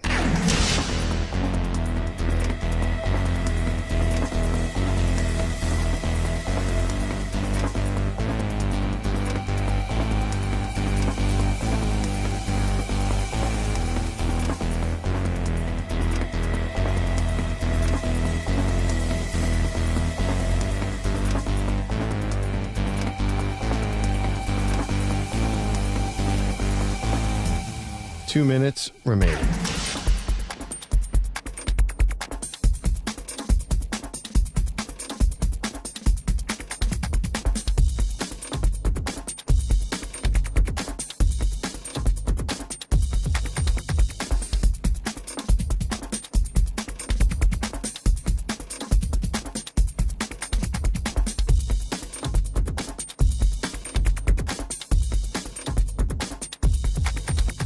One minute, 30 seconds remaining.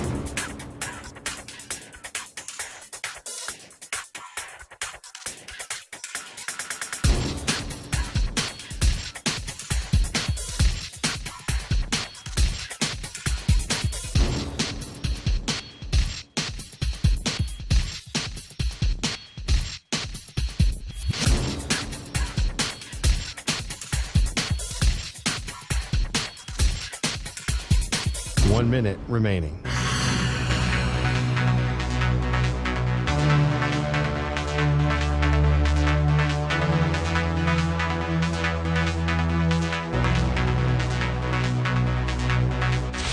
Five seconds remaining.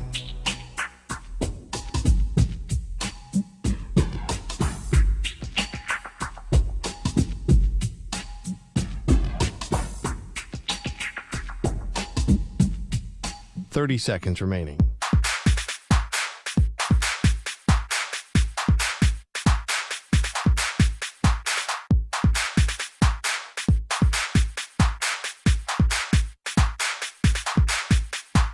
Seconds.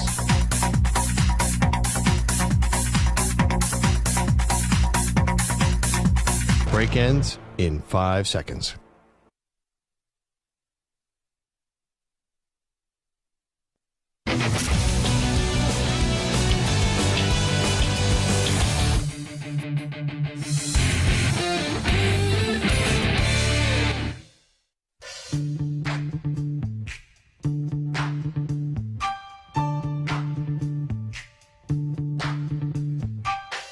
The Zach Gelb Show is on the air across the nation on CBS Sports Radio. Zach Gelb, man. Good for that guy. Because I remember going on his show in his parents' house that he streamed when he was like 11 years old. Yeah. He's like, I'm the expert on Show Me Out.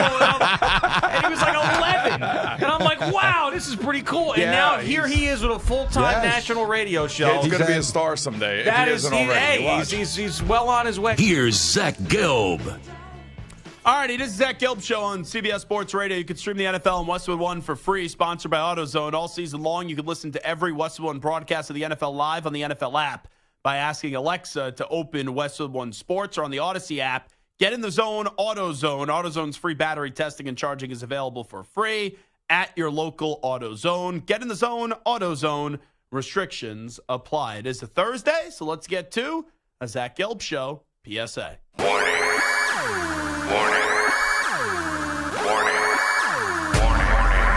It's a Thursday. What do you have to say? It's the weekly Zach Gelb Show PSA. Who's with me? Let's go! Come on! All righty, I'm going to start it off with the Hall of Fame. So for years, I was annoyed that Jerry Kramer was not in the Hall of Fame. He eventually got into the Hall of Fame. I was also annoyed for a while that Leroy Butler wasn't in the Hall of Fame. He got into the Hall of Fame. So the other day, 25 semifinalists got announced for the Pro Football Hall of Fame. Eventually, this gets reduced again to 15 finalists before the final voting process for the class of 2024 that we find out Super Bowl week in February. So here are the 25 finalists. Eric Allen, Jared Allen, Willie Anderson, our colleague Tiki Barber. Congrats, Teak. Anquan Bolden, Jahari Evans, London Fletcher, Dwight Freeney. It's crazy that Dwight Freeney still isn't in the Hall of Fame. Antonio Gates, Eddie George, James Harrison, Rodney Harrison, Devin Hester, Torrey Holt. Crazy Torrey Holt's not in the Hall of Fame. Andre Johnson, crazy he's not in the Hall of Fame.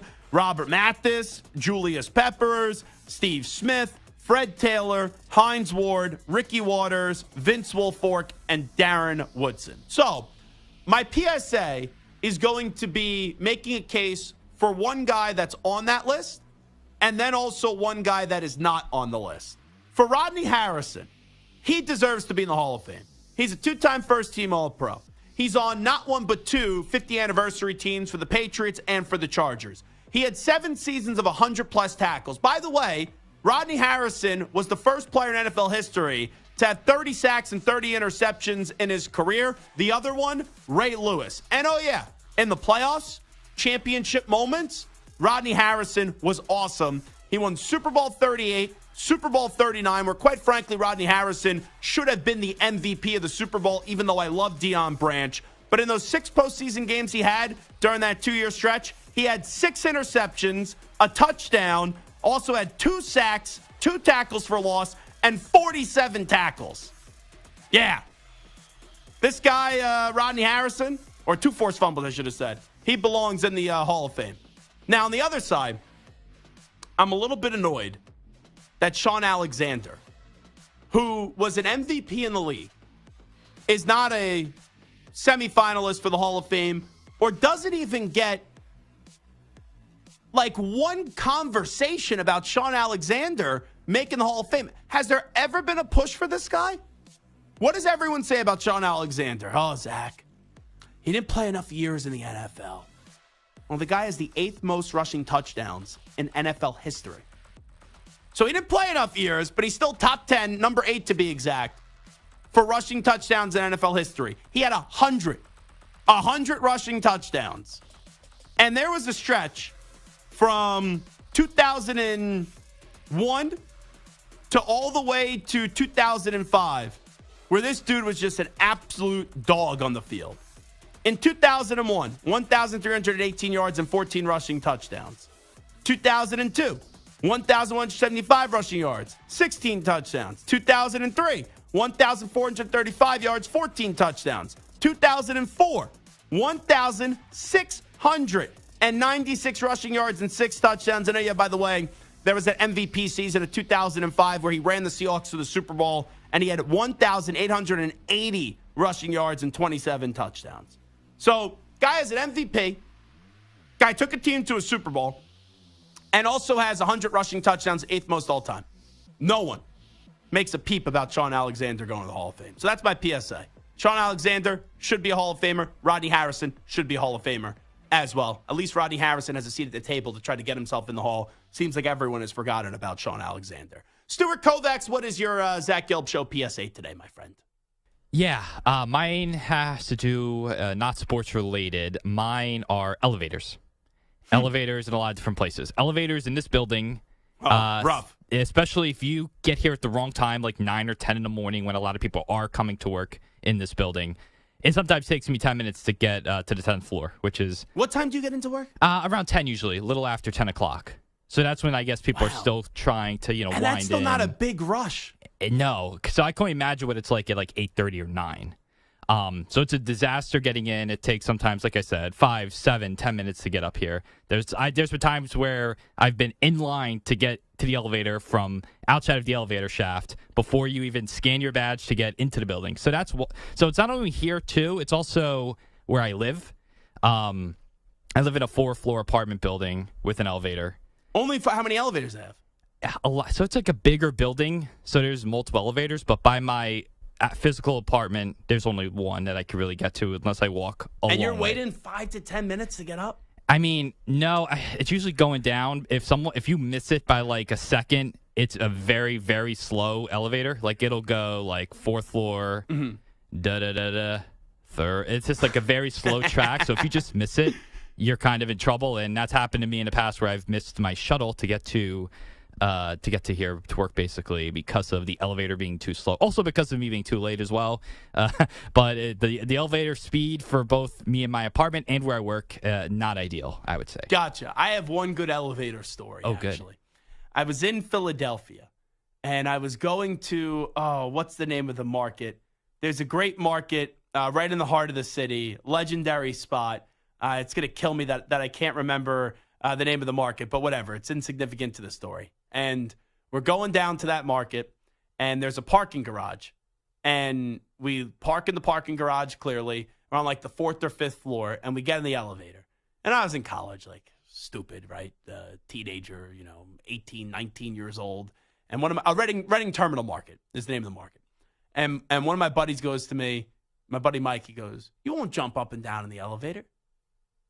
I'm like, "What do you mean I won't jump up and down the elevator?" It was just us two. So I jump up and down in the elevator, stop the elevator. And I'm sitting in this elevator. And this elevator was hot. I love my buddy Mike. Not the most ideal person, though, in the world to be stuck within the elevator. He'll tell you, like, his entire life story. And I'm freaking out. And we hit the big red button on the elevator, and, it dials 911, and they eventually get the fire department.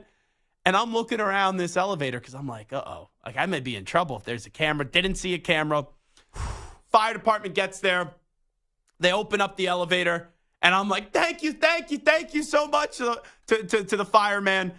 Pulls us out of the elevator, and I bolted out of that parking lot complex because I didn't want to try to have anything get back to me about, there was the fat kid that was jumping up and down in an elevator. But I was very concerned at that point. Yeah, I would be too. I've never been stuck in an elevator, so I don't know what that would be like. That can't be fun, though. I had a friend get stuck in an elevator when we were in Italy.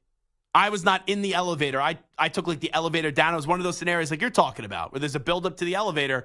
I took the elevator down, got there. When the elevator went back up, my buddy got stuck in the elevator. He was stuck in there for like an hour. It took forever in Italy to get everyone out of the elevator. So there's your Zach Gelb Show PSA. I got to get to this Von Miller story. So, we've all read today that he's accused, and there's an arrest warrant out there where he's accused of assaulting his pregnant girlfriend at their high-rise apartment in Dallas, according to multiple police sources. Obviously, the details from what we know are not good. He left the scene of what did transpire. And the morning we were made aware of an incident involving Von Miller. We are in the process of gathering more information, and we'll have no further comment at this point. That's what the Buffalo Bills did say. And officers learned that Miller and the alleged victim were in an argument when Miller allegedly assaulted her, police said. I don't want to rush to any conclusions. Clearly, when you hear the allegations, if they are true, Von Miller is a sick, twisted human being, and he shouldn't play for the rest of the season. But let's see what are the facts here that do come on out. All I can tell you right now that there's a warrant out there for his arrest. Von Miller has not been playing great for the Bills coming off this injury. Von Miller also has a big contract too. So I don't want to be disingenuous here in the situation, but sometimes we see in sports a player is playing at this high level and something disgusting goes on off the field, and if there's no video, then sometimes you are able to skate free, or it's, all right, let's not have a rush to make sure that we're going to say this person's guilty and have due process and the player gets to continue to play. But even though with the legendary status Von Miller has in the game, winning 2 Super Bowls, winning a Super Bowl MVP, this year he has not been the same player, and he was brought to Buffalo to win a championship.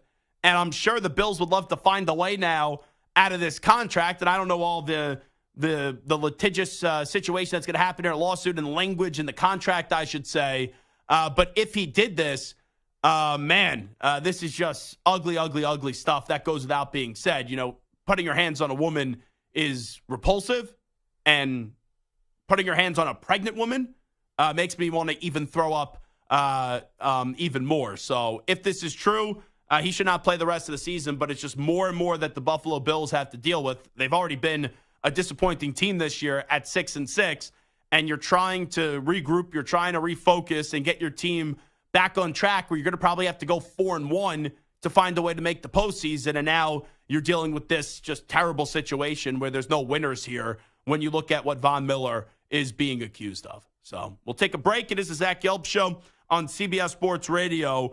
We will get back into the Week 13 that's going to kick off later tonight after 8 p.m. on Amazon Prime. You can listen to the game on Westwood One. It's the Dallas Cowboys hosting the Seattle Seahawks. So we'll get into a little bit more Cowboys-Seahawks conversation. We return. Also, still to come, Dan Lanning, Quack Quack, the coach of the Oregon Ducks, is going to stop by at 5:20 p.m. Eastern, 2:20 p.m. Pacific. The Ducks, they will have a rematch of the game of the year, Oregon-Washington, where Washington did get a victory. It's Oregon's only loss of the season. That comes your way tomorrow in the Pac-12 championship game. Dan Lanning will join us in about 20-25 minutes.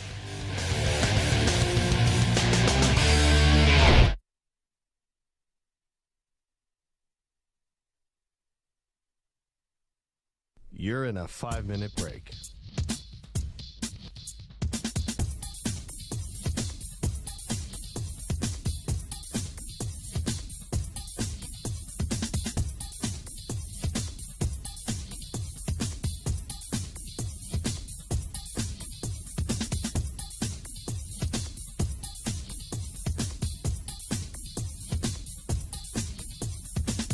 Four minutes, 30 seconds remaining.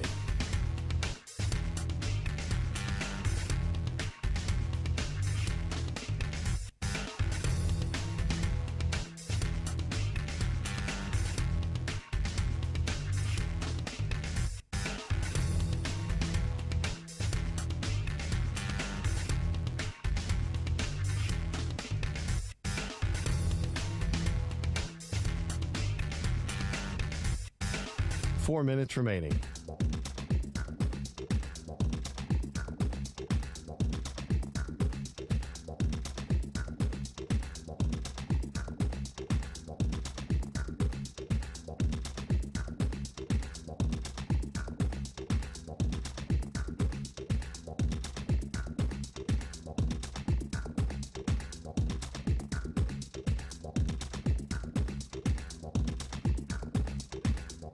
Three minutes, 30 seconds remaining.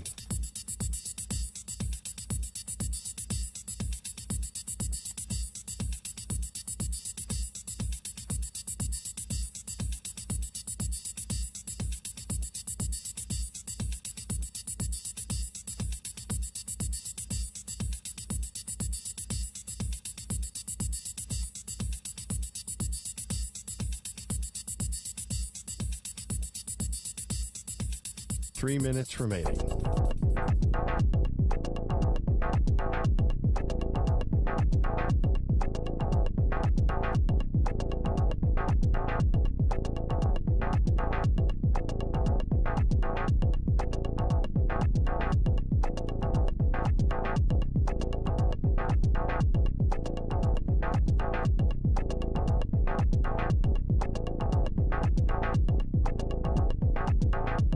Two minutes, 30 seconds remaining.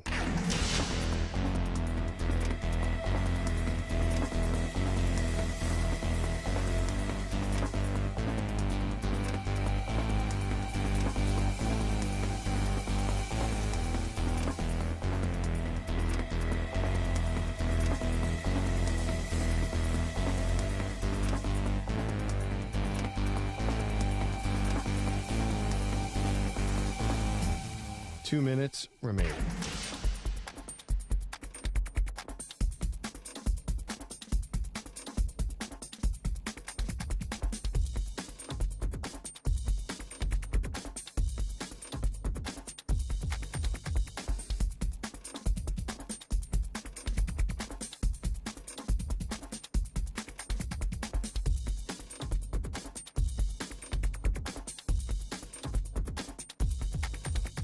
One minute, 30 seconds remaining.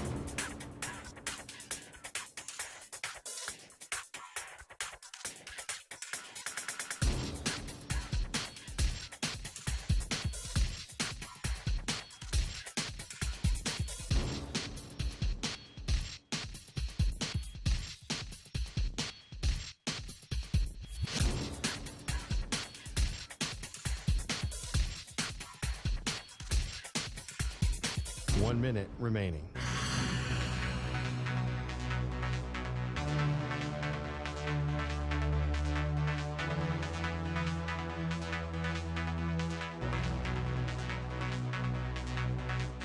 Forty-five seconds remaining.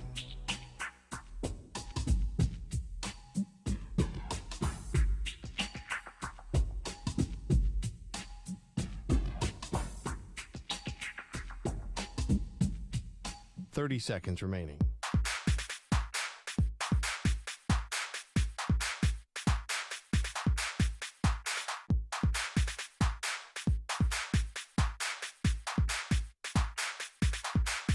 Fifteen seconds.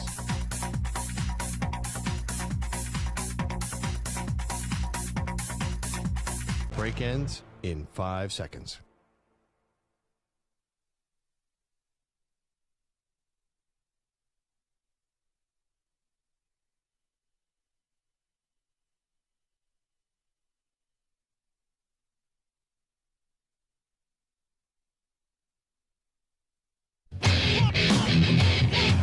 He's live. He's nationwide on CBS Sports Radio. This is the Zach Gelb Show.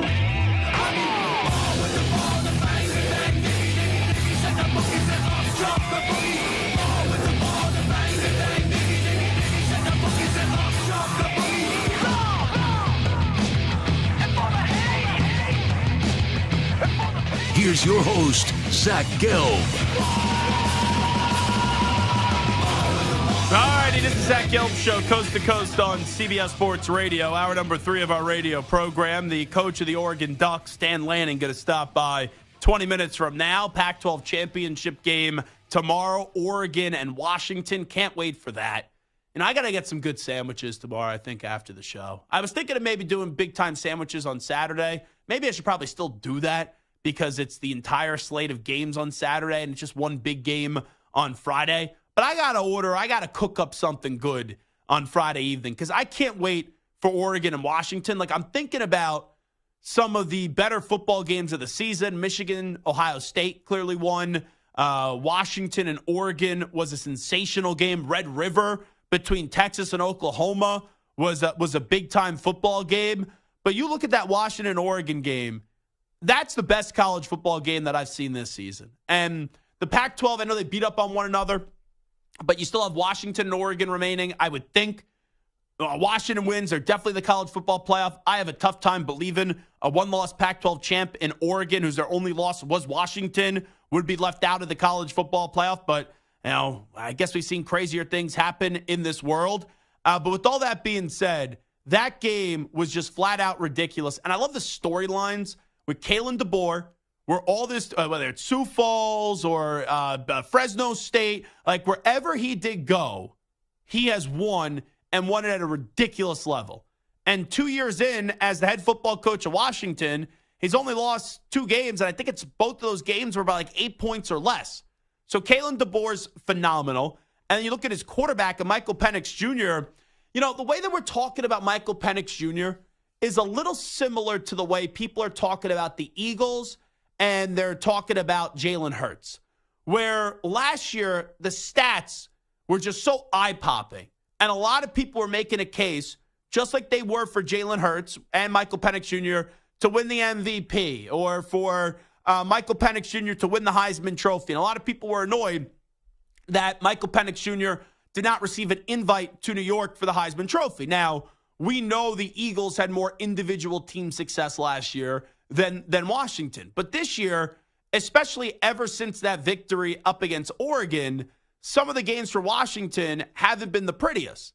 And it's drawing comparisons to the Eagles being 10-1, and each and every week people are saying, oh, the Eagles are 10-1, but they're the most overrated 9-1, 8-1, 10-1 team that we've ever seen. I'm like, what are you guys talking about? And I thought Shawne Merriman, who joined us earlier, made a great point. When people aren't expecting you to be great and you end up being great, like the Eagles were last year and Washington was last year, you could still be great the next season. But both of those teams, like when you look at Philadelphia, I don't want to say they've taken a step back, and Washington is now undefeated, so you can't say they've taken a step back. But the product is not going to be perfect because you put tape for others to see on the field, and all these teams, their coaches, they get paid to adjust and they get paid to adapt. So even though the Eagles aren't blowing teams out at the rate that they were last year, and Washington down the stretch has struggled even though they haven't lost the game, even when they're not at their apex and the level of greatness that maybe they were at times last year, it's still better than what most of the other teams have in the sport. So I look at this matchup, Washington and Oregon. The reason why I'm so excited for this is if the kicker for Oregon just makes the kick at the end, that game goes to overtime.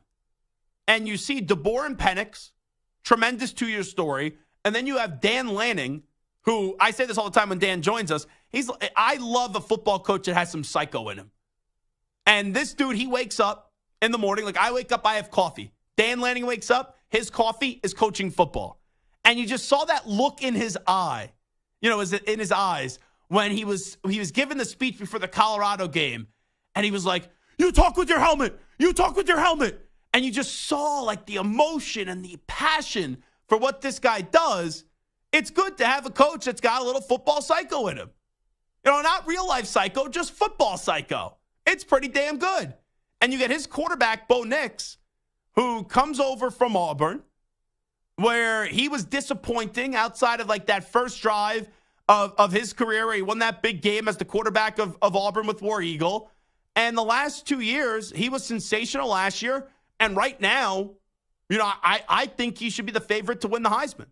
Like, I look at the Heisman right now, and I got to be careful here because I am a voter.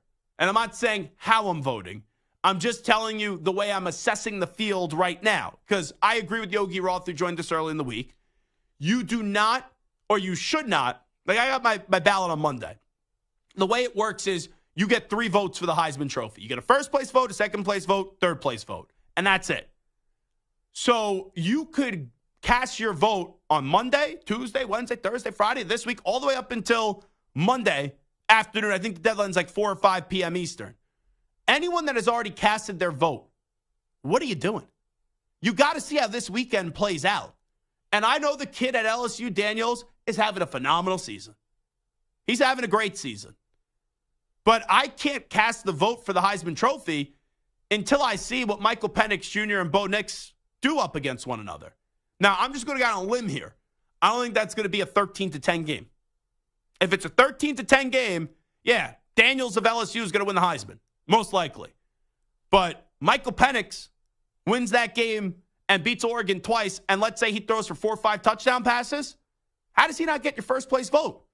And Bo Nix, who right now I think is the pick for the Heisman, Bo Nix goes and avenges the one loss that he had this year where it wasn't his fault, and he throws 4 or 5 touchdown passes in that game and wins a Pac-12 championship game. You're not going to vote him for the Heisman Trophy? I thought Marvin Harrison Jr. had a case to be made, but Ohio State didn't get to the Big Ten championship game. But overall, it's like, the way I look at it, whoever wins this Pac-12 championship game, assuming that there's some offense in it, and I believe there will be offense in it, that should be the winner of the Heisman Trophy, in my opinion. Now, I say that going in. And there's a lot of times I say things going into games, and they don't play out the way that I think they are, or right after the game ends, I have a different take. But that's why you should not vote for the Heisman Trophy until conference championship weekend is over. Today's memorable moment is sponsored by Prevagen. Prevagen is the most recommended memory support brand by pharmacists. The most memorable moment between the Seahawks and Cowboys came in their 2006 NFC wildcard game matchup. Seattle was up 21-20 as they were about to kick an extra point, or a game-winning field goal, excuse me. It was a 19-yard field goal. However, acting as the holder was Tony Romo. He botched the snap and was tackled just before reaching the end zone. I'll never forget that game. I remember watching it with my old man. Bill Parcells was the coach of the Cowboys. Was it Quincy Carter? Was that his name? Who was the quarterback? I think for the Dallas Cowboys. I want to say that's who the quarterback was. But Tony Romo is on there, and he has the ball snapped to him, and he fumbles it, and he picks it up and just comes up short of the end zone, and Seattle ends up winning the game. That game, and then also, was it Blair Walsh of the Vikings? I think it was Blair Walsh who was the kicker, who missed the kick outside. That was when when Minnesota was building a new stadium, they had to play at the Golden Gopher Stadium. And for Minnesota, you had that kick up against Seattle where he missed it. And it was like a chip shot field goal. I'm pretty sure it was Blair Walsh. It's crazy how the Seahawks are in both those games, where it comes down to a kick, and the kick isn't good. There's just some teams, like usually we think about it, there's teams that always find a way to lose a game. Like Minnesota's one of those teams historically. Atlanta's one of those teams historically. You get in a big game and you come up short. I know Seattle, right? They got in the big game. You have the whole Malcolm Butler interception scenario that didn't go their way.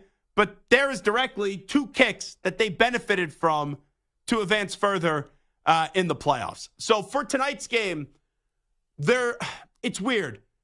I think in terms of the way that we talk about things nationally, I think there's more pressure on the Dallas Cowboys because the Cowboys lose this game tonight. What is everyone in the country going to be saying tomorrow? Well, Dallas is going up against a good team, not even a great team, and they couldn't beat a good team.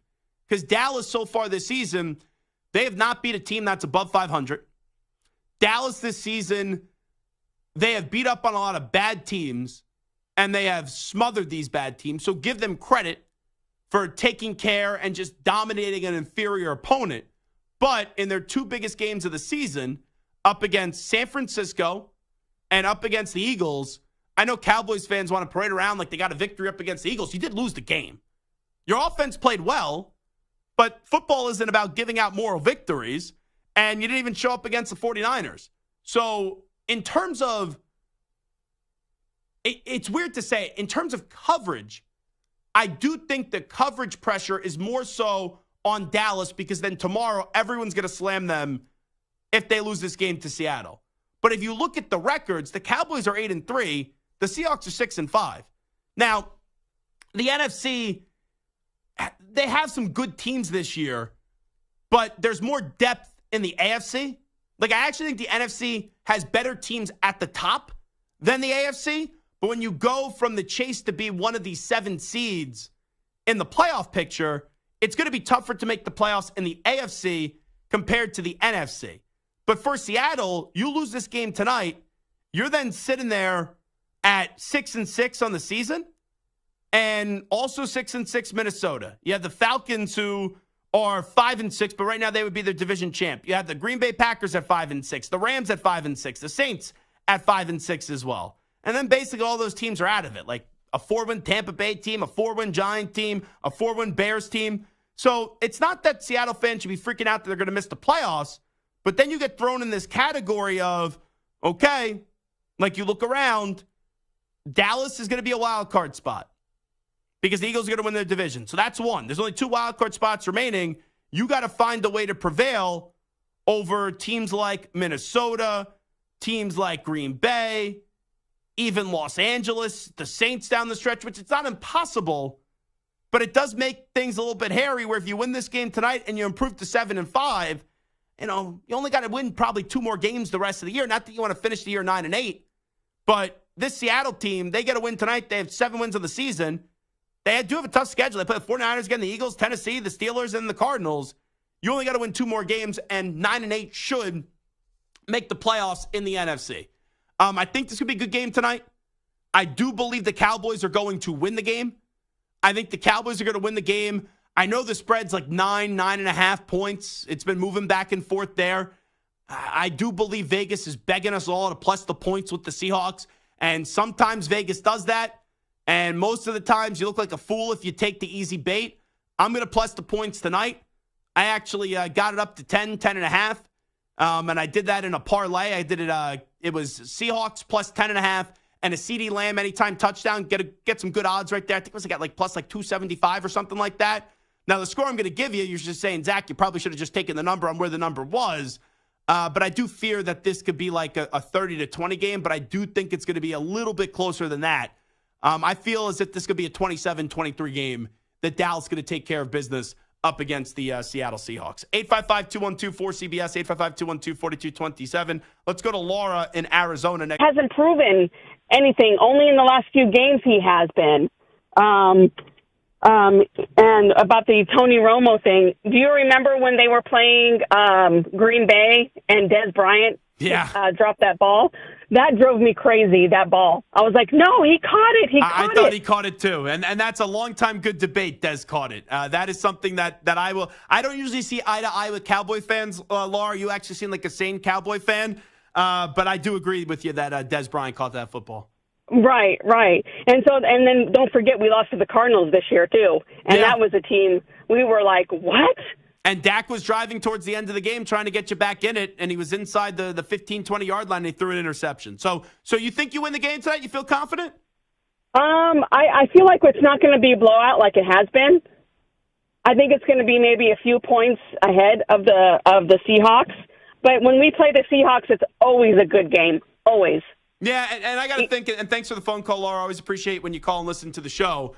I got to think it's a close game tonight because you got to remember the other side. Seattle got embarrassed, like emasculated last week up against the 49ers. Last 2 weeks, their quarterback, Geno Smith, has not been 100% healthy.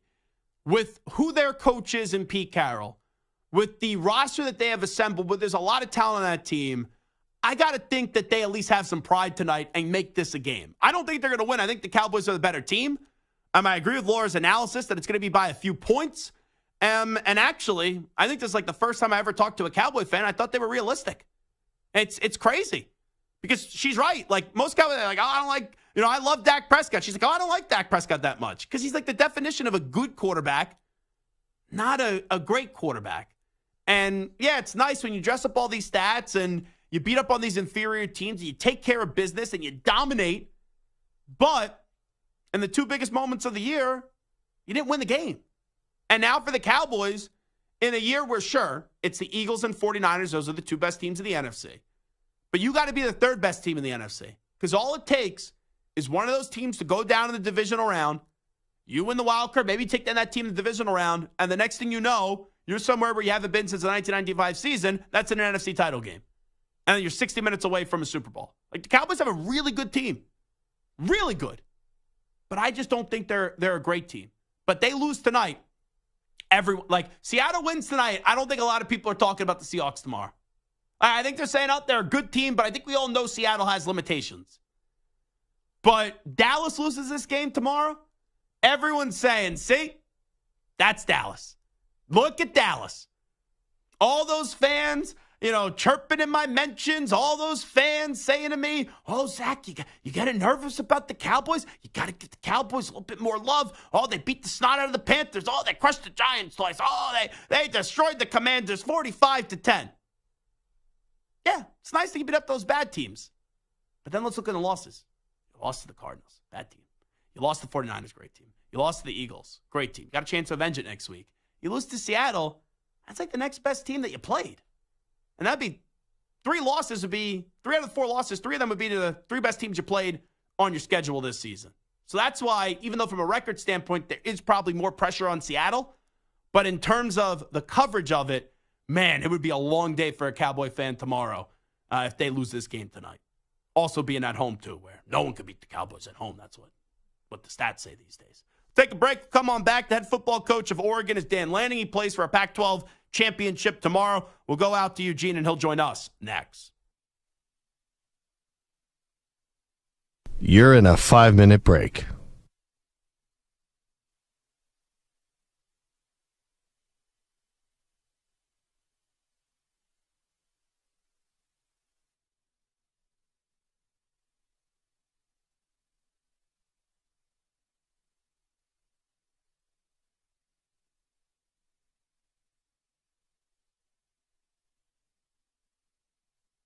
4 minutes, 30 seconds remaining.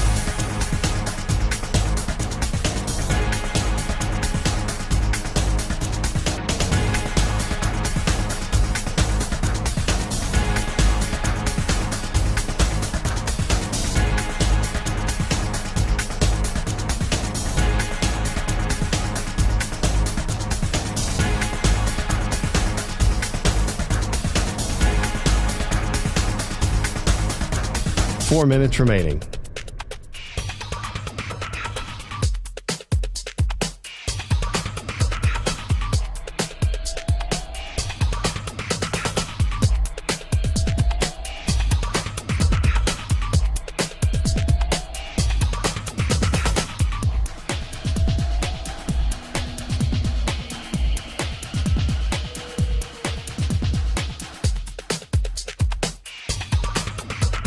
Three minutes, 30 seconds remaining.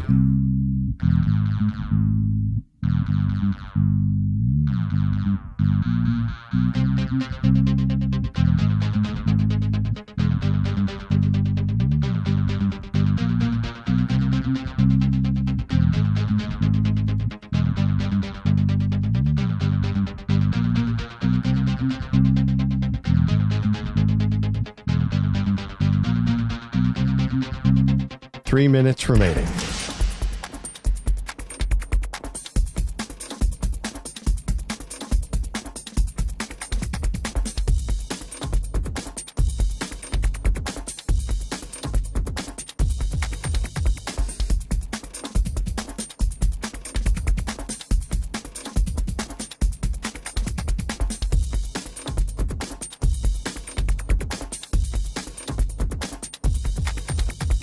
Two minutes, 30 seconds remaining.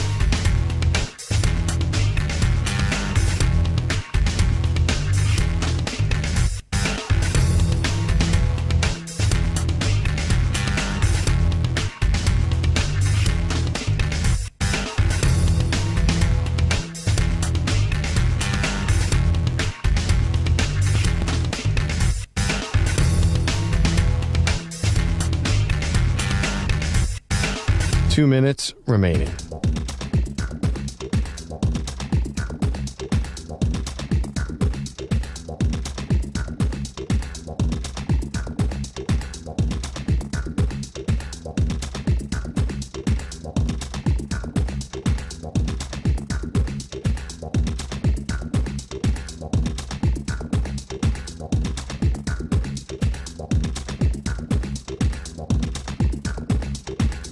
One minute, 30 seconds remaining.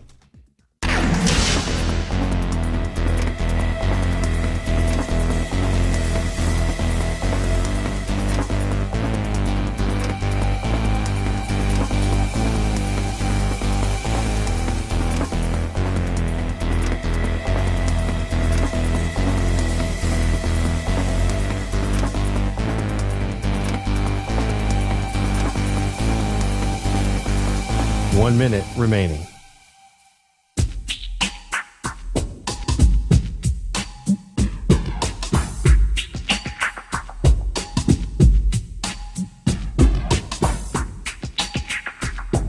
Forty-five seconds remaining.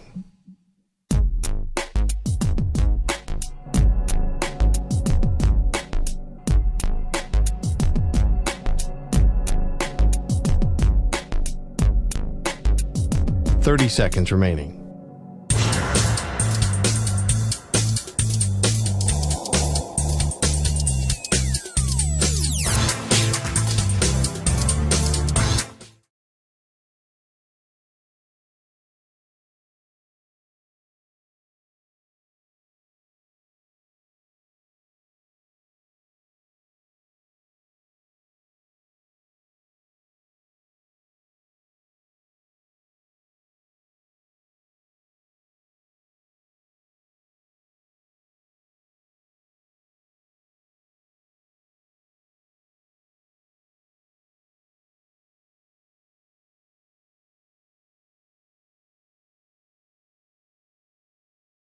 CBS Sports Radio. The best college football game I've seen this season was Oregon up against Washington. We'll do it again on Friday for the Pac-12 championship game. and the winner will most likely go to the college football playoff. And now joining us is the head coach of the Oregon Ducks. Always enjoy when he joins us on CBS Sports Radio, and that's Coach Dan Lanning. Coach, appreciate the time. How you been? Doing great. Yeah, thanks for having me. So last time we had you on, I talked about how when you get on the football field, you're in your sanctuary and you're just wired a certain way, and that's your fix. Like, I drink coffee in the morning, that gets me going. You coach football, that gets you going. I'm just wondering, how do you handle this week where the stakes are bigger? There's the natural excitement of the game, and then also you have to diligently prepare this team. Like, are you at the point where you just want it to be Friday already? Yeah, it's hard, because you want it to be Friday, probably 4 weeks ago. But at the same note, you enjoy the preparation and the product. And I'm just really proud of the way our players have worked this week. And I know they're anxious to get on the field, but we want to use every minute, every second we have to continue to prepare for this game. I know that you try to treat it like it's every other game, but it's not. How do you kind of just make this be sort of a normal week and not go too far away from what you guys are usually doing? I think that one thing that we do here is we live in a reality when we know this isn't a normal game. This isn't just another game. Now, it's going to require normal preparation. It's going to require normal execution, but it isn't just a normal game. So I think you recognize the elephant in the room early on, communicate that with your players, and then say, okay, what are we going to do about it? And like I said, our guys have responded really well this week. They've had a great week of practice, and hopefully that translates to the field. Dan Lanning here with us. What do you take from that loss up against Washington in that game a few weeks ago? Well, a lot of times adversity makes a man, adversity makes a team. And I think I see a team that's responded extremely well to that. They've learned and they've grown from that moment. And I see a team that's gotten better every single week since then. And, that's special when you're talking about a group of men that put everything they have into this game. And what they want to be elite. They want to go out there and operate at a really high level. We played a really good team. And an away game, there was a really hostile environment, and we came close but didn't pull it off. Now we get an opportunity to play them again. So great for us. Excited about the work our guys have done and ready to see it show up on Friday. And that's why it's been such a joy to watch your team over the last month or two, because after having that loss, sometimes that could break a team. Sometimes that could make a team go down a path where it takes them a few weeks to get back into full gear. You guys have got into full gear, and everyone that stepped on the field, you guys have been dominating. Why was that once you had the loss against Washington, your team didn't break and it didn't let you define your season that way? Well, we're a team that's built with a lot of leaders, some guys that are competitors that realize how unique the opportunity is to get to play at Oregon and how unique the opportunity it is to get to play in the settings that we get to play in right now and what lies ahead of us. And you can go your entire career, you can play your entire career and never get to be a part of games like this. So I think our guys appreciate that moment and appreciate the opportunity in front of them. I saw the finalists for the Blitnikoff Award did come out. Troy Franklin wasn't on it. Has 77 receptions this year, nearly 1,400 yards receiving and 14 touchdowns. I know you're focused on the Pac-12 championship game, but did you kind of just chuckle when that happened when he wasn't a finalist? Yeah, somebody made a mistake there, obviously. And, hopefully Troy has something to say about it on Friday. How about the jump that he's taken this year? Yeah, he's a special player. He works really hard. He's extremely intelligent. We move him around the field and put him in a lot of different positions. In big moments, he shows up. So really proud of the way he's performed. And I know he's proud of the people around him that have made that possible. And let me stay in that wide receiving room and get to Tez Johnson. Here's what's unique nationally about this Pac-12 championship game. You know what Tez's story. You know what he's all about. And if you followed Oregon football, you know the story. But this year, with more people tuning in this game, everyone now gets to find out about the story about Tez Johnson. Just what do you want people to know about his story? And it's really a cool one, getting adopted by Bo Nix's family, starting at Troy, and now with your program having a monster second half of the season. Yeah, Tez is a guy that grew up wearing Oregon gear and didn't come to Oregon initially. So getting the opportunity to come here because of, big in part because of his brother, Bo, and us finding out that we have a diamond in the rough in Tez and how hard he works. He's a guy that loves the game, and he's the ultimate competitor. When he steps on the practice field, it doesn't matter if it's a Monday or if it's a Saturday game, he wants to go compete. So I think those same traits are showing up for him, and he's been able to perform at a high level for us. Take me behind the scenes how he got to Oregon. Was it just as simple as Bo one day came into the room and said, guys, I have a pretty good hidden secret in Tez Johnson? Yeah, pretty much. He entered the portal, and the minute that happened, Bo came into my office and said, "Coach, you need to take a look at this guy." And we watched his film. We said, "Okay, yeah, this is a guy that can help us." I don't know if any of us realized how much he would help us at the time, and he's done a great job. Really, really pleased with his performance. When did it click? Well, when did you realize, man, Bo wasn't lying when he said this guy would really help us?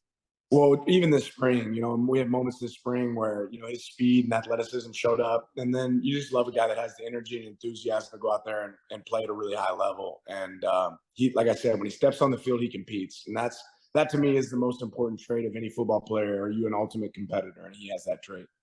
Oregon coach Dan Lanning joining us a few days away from the Pac-12 championship game. His Ducks will go up against Washington. We've talked before about your quarterback, Bo Nix, and you believed in him when you had to go up against him when you were at Georgia and he was at Auburn. For you guys to grow together the last 2 years, just how do you put it into words, that relationship, and to see him playing at this elite level right now and what it means to you? I can't put it into words. I can certainly attempt to, but I can't. I feel like I have another guy that I'm coaching with. I have somebody that I'm really proud of to see their growth in the moments of adversity, but also just their energy and enthusiasm to get better every single day. He makes me want to be better every day.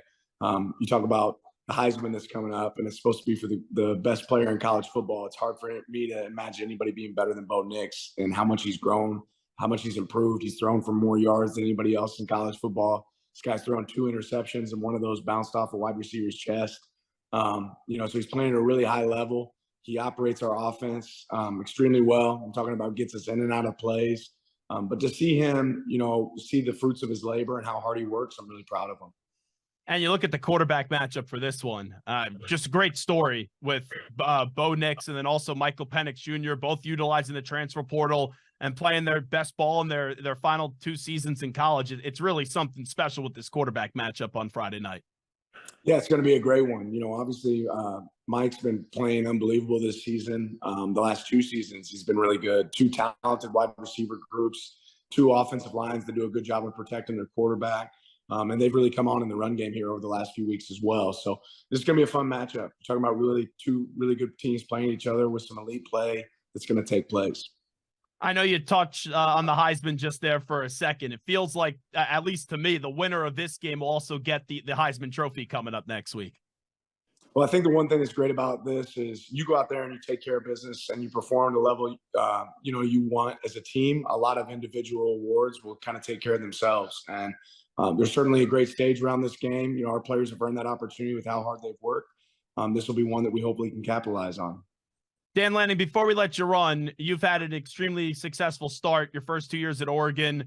Same could be said for Kalen DeBoer at Washington. You just being in this business, being in this conference, just how do you kind of look at the job that Kalen DeBoer has done at Washington through his journey?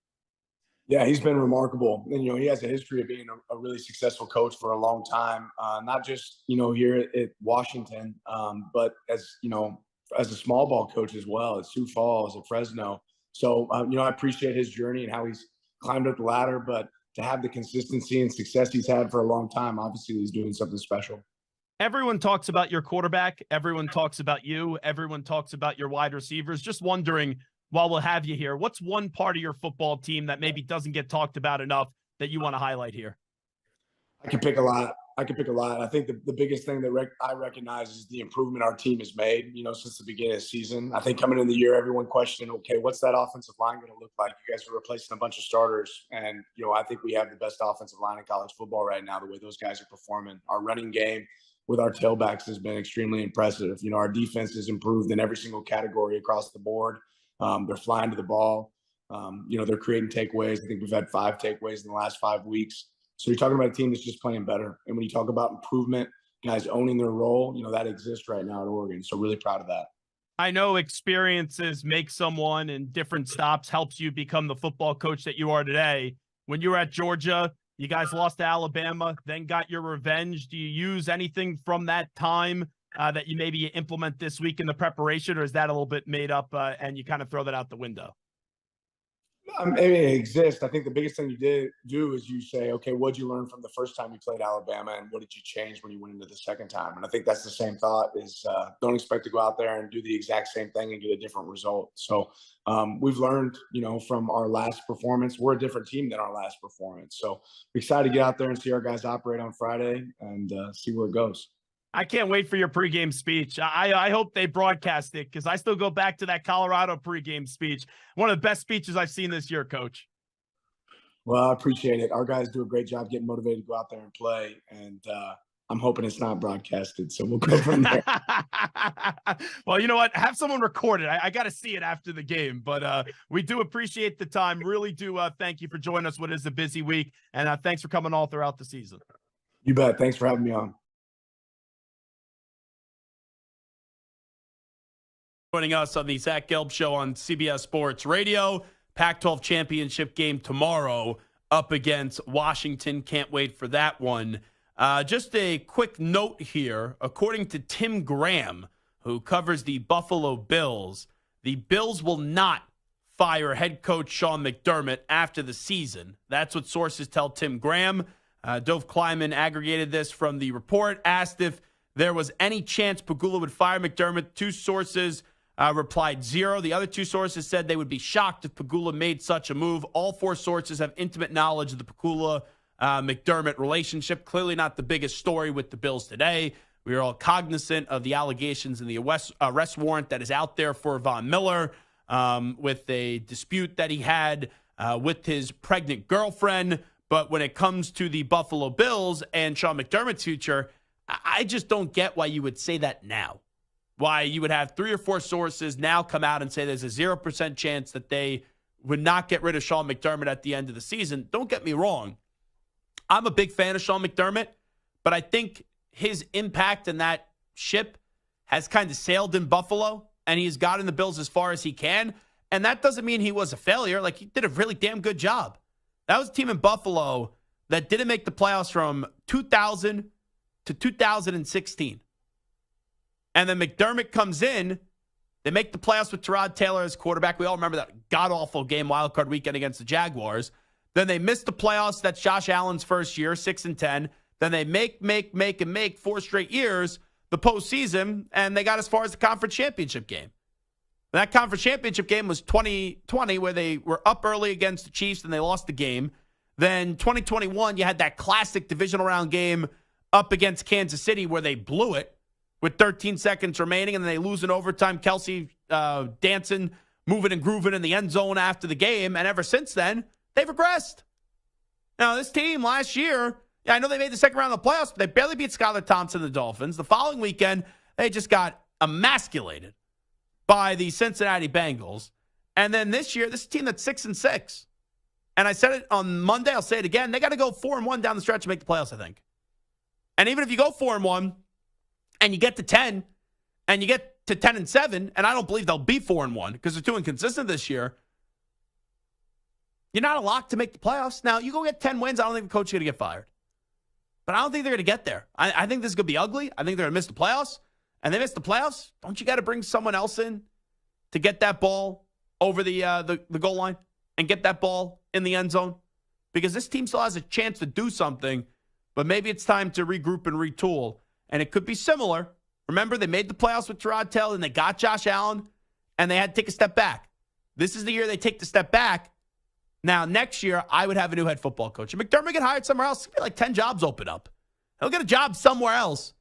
But to continue to run it back with him after what has transpired the last 3 years, that would be nonsensical to me. All right, Zach Gelb, Show, CBS Sports Radio. We'll come on back with the news brief. We'll update you some of the biggest stories in the world of sports with some audio. But first up, with the latest CBS Sports Radio update, here is the Act Man, Rich Ackerman.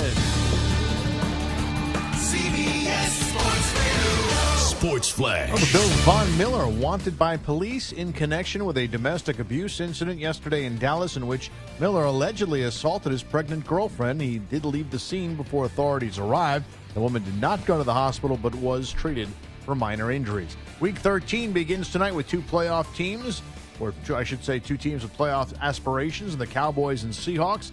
Dallas has won 3 in a row to move at 8-3. The Seahawks were riding high until back-to-back losses dropped them to 6-5 despite the rough patch. Seattle still in the thick of the wild card race in the NFC, and Geno Smith said they haven't lost faith. Knowing that we can execute, that's the reality. Being confident in that, and I'll always remain confident in myself. But I'm, going to continue to preach that I'm even more confident in the guys around me, and I know that we all collectively can get it done. So that's where it lies. Smith was sacked the season high 6 times by the 49ers on Thanksgiving night. The Cardinals and tight end Zach Ertz have come to a mutual parting. Indiana has reportedly hired James Madison's Curt Cignetti as its new head coach. I'm Rich Ackerman. Hey, it's Amy Lawrence. Be sure to listen to CBS Sports Radio at home. Just ask Alexa to play CBS Sports Radio.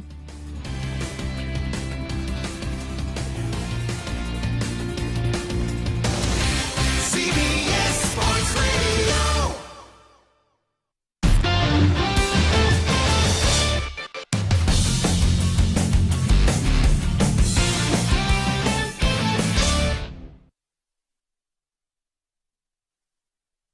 You're in a 5-minute break.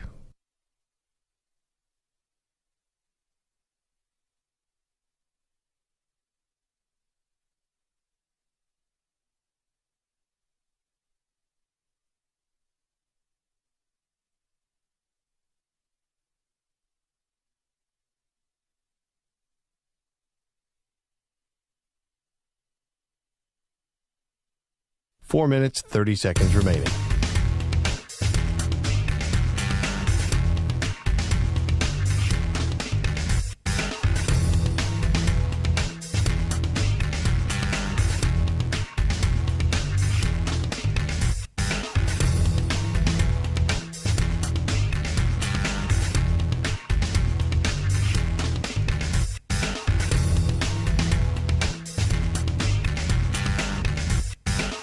Four minutes remaining.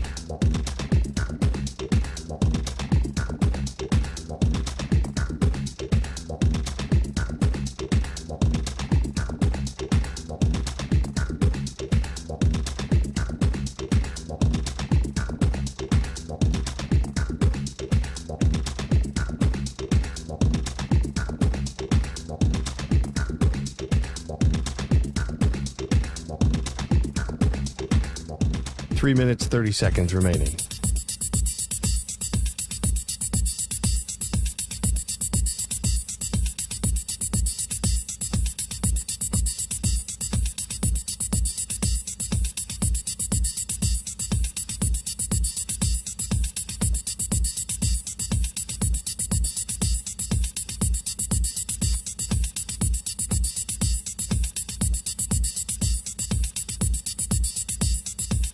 Three minutes remaining.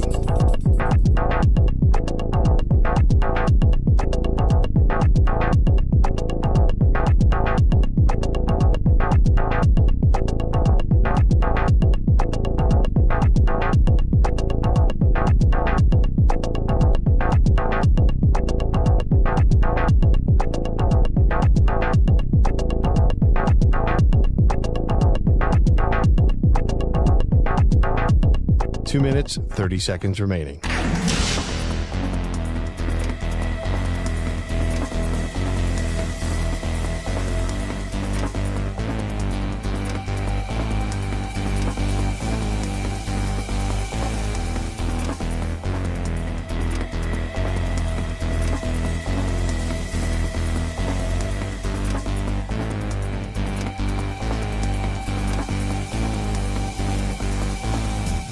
Two minutes remaining.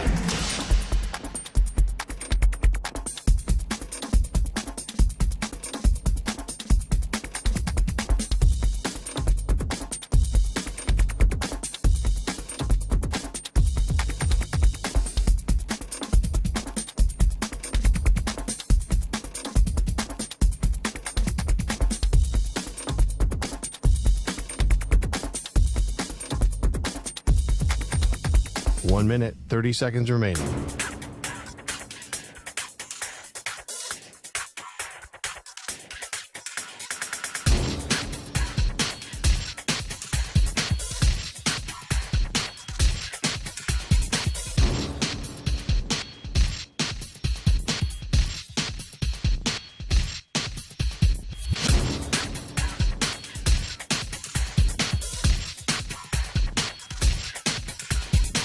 1 minute remaining.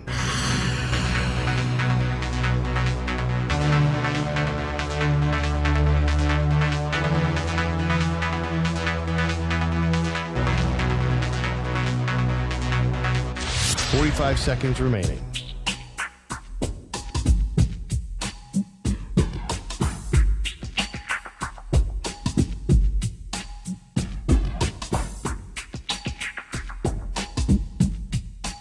Seconds remaining.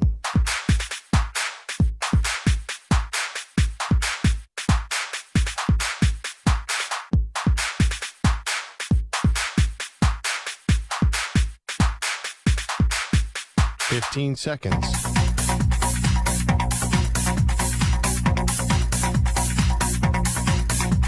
Break ends in 5 seconds.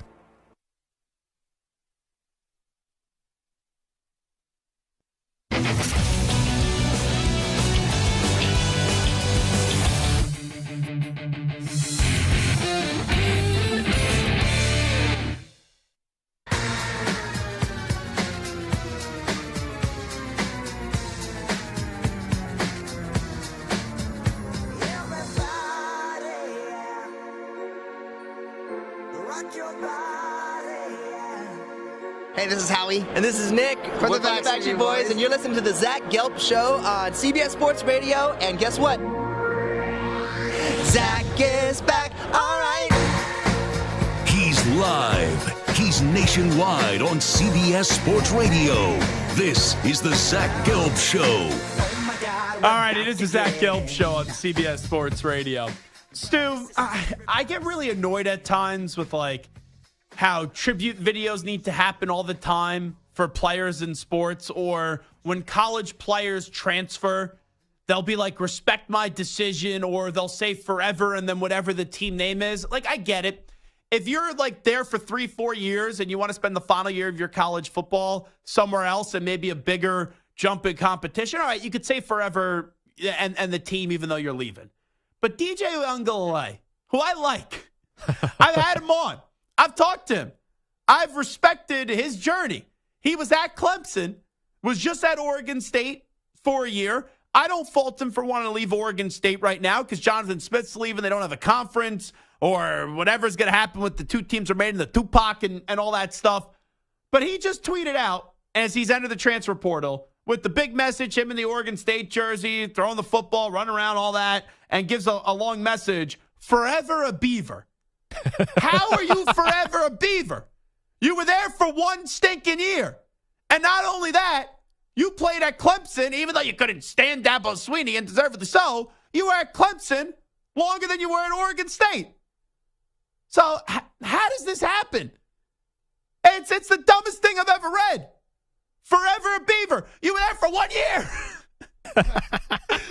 It'd be like when I was at Sirius for 3 months, and when I left to come back here, I go, forever a Sirius XM employee. What are we doing?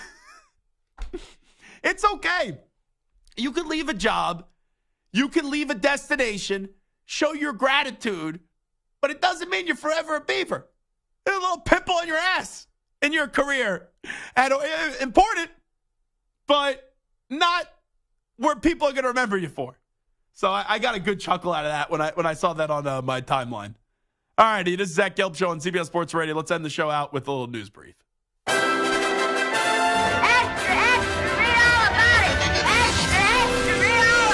Time for your daily news brief. We get you caught up on the rumors, reports, and reconnaissance from the day in sports. Here is Tommy Brady on the Let's Go podcast. Says the NFL coaching has gone in the wrong direction. Coaches aren't really trusting the quarterbacks much. They're trying to control the game from the sideline. When you try to control the game from the sideline, the coach doesn't have every answer for what's happening on the field. Ultimately, I always felt as a quarterback, I had all the things at my disposal to get us into a good play. The pro game is reflecting more of what the college game is, as opposed to the college game reflecting what the pro game is. We're asking now pro players to play college football, and that's the biggest difference I see. This is way more checkers now than it is chess.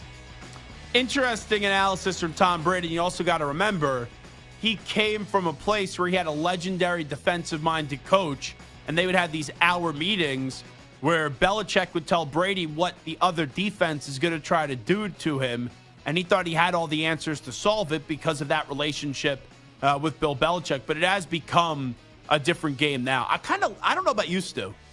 Brady in the last few weeks has been extremely critical of the NFL. Now, it's a partnership with Fox and the NFL. I'm sure the NFL's not thrilled that Brady's crushing the product, crushing the coaches, and also calling the game now mediocre. But I kind of like this version of Brady, where Brady is now being honest. And I know it's a little premature to be like, back in my day, where you were just playing last football season. But now for TB12, I didn't think he would be this critical. I thought he would just kind of smack everybody on the behind and be like, oh, I like this player, I like this player. So I think this is good for the Brady analysis role that will happen next year on Fox. No, when he was with the Patriots, he was very Belichickian in some of his, when he talked to the media. So I know a lot of people were kind of worried, like, is this guy going to be opinionated when he goes to Fox? And at least it seems like he's not afraid to share his opinions. And then he played for Bruce Arians, and he was starting to drink him whenever BA was drinking, and he started giving a lot of honest answers. Here is Tua Tagovailoa on the state of his arm following a chunk coming out of it on Friday. During that game on Black Friday, that was just a vile sight to see. Here is Tua Tagovailoa. It's good. Yeah, I was told by my wife that like she didn't see it, but then she got text messages from people about what it looked like, and they said it was disgusting while they were eating their leftover meals. Sorry, I couldn't help you there. I didn't know it happened until I came to the sideline, and then Mike White sort of pointed it out. I guess it was just from the adrenaline, but it was a nice chunk that came off. So someone can find that piece. That's yours. It is amazing how when you're watching that, I don't know, because I think it's a different mentality when you're a player. You got to be like dragged off the field, and Tua has gone through a lot worse. But if that was me, I'd be so concerned about that cut getting infected. You had a full chunk of skin come off. You're playing, in a dirty environment on a field. I would be like, yep, get the peroxide out, clean it up, bandage it up. But Tua's like, nope, I'm going to keep on playing. Let's go to Kyle Shanahan on being favored over the Philadelphia Eagles, even though the game is in Philadelphia and the Eagles have the better record. I mean, it doesn't make a lot of sense to me, but I don't really know how that stuff works, so I don't really know why. But it is random. That's amazing, because he's got to think he has the better team. You're the coach of that team, but then it's, okay, I can't really comment on the gambling too much, and you're asking me to comment on the gambling. But then I think that's a message, Stu, that he's sending to his team, like just kind of extra little motivation, the game inside the game of, it doesn't really make sense to me. He's not saying that he thinks the Eagles, should be favored, but he's saying it doesn't make sense, and we know that's him saying, Philadelphia should be favored. And you send a little message to your guys. Get them a little extra fired up. Not that they should need that. But. Flight fire under their rear ends. Yeah. Bill Belichick was asked who's going to be the starting QB this week. Before we play it, I'm going to assume it's going to be, we're going to have a full week of practice, and whoever we think is the best quarterback and earns the starting role, like we do with all positions, we'll get the call up against Los Angeles. Let's listen up to the hoodie. I'm not going to make any announcements on our lineup at any position then, so it doesn't matter what the position is. We're not. See how practice goes and see if everybody's ready to go. Hope everybody's ready to go. See what the injury situation is, and we'll go for what we think's best on Sunday. And I read some things on the internet today that Bailey Zappi is actually expected to start. We'll see what happens there. Oh, really excited. Go Chargers. Tank. Lose every game possible. Here is Tyreek Hill and the RG3-1s on why he left the Kansas City. How about those Chiefs? I had Kelsey and I was kind of jealous. I was hurt. Patrick, you ain't never invite me over to your house like you did Kelsey. You always invited Kelsey. That's why we here where we at now. It was almost 1 and 2, and with Tua, you are for sure 1.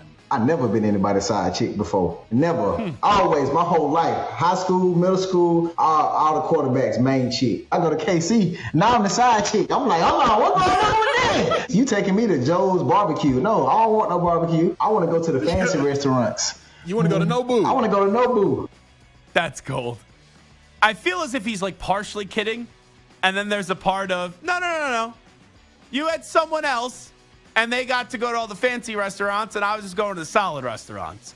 Let's go to Matt Rule on the transfer portal, QB market just being wild.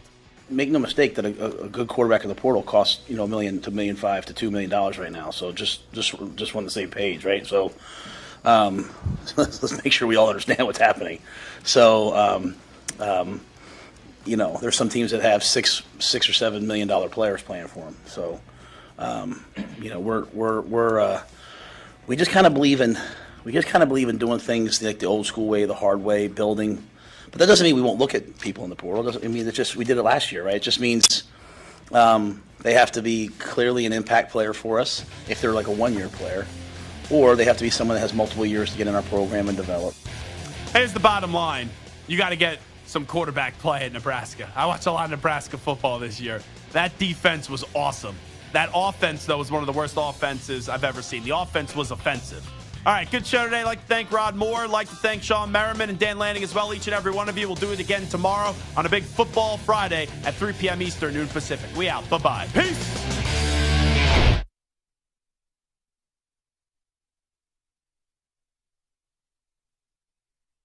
You're in a 5-minute break.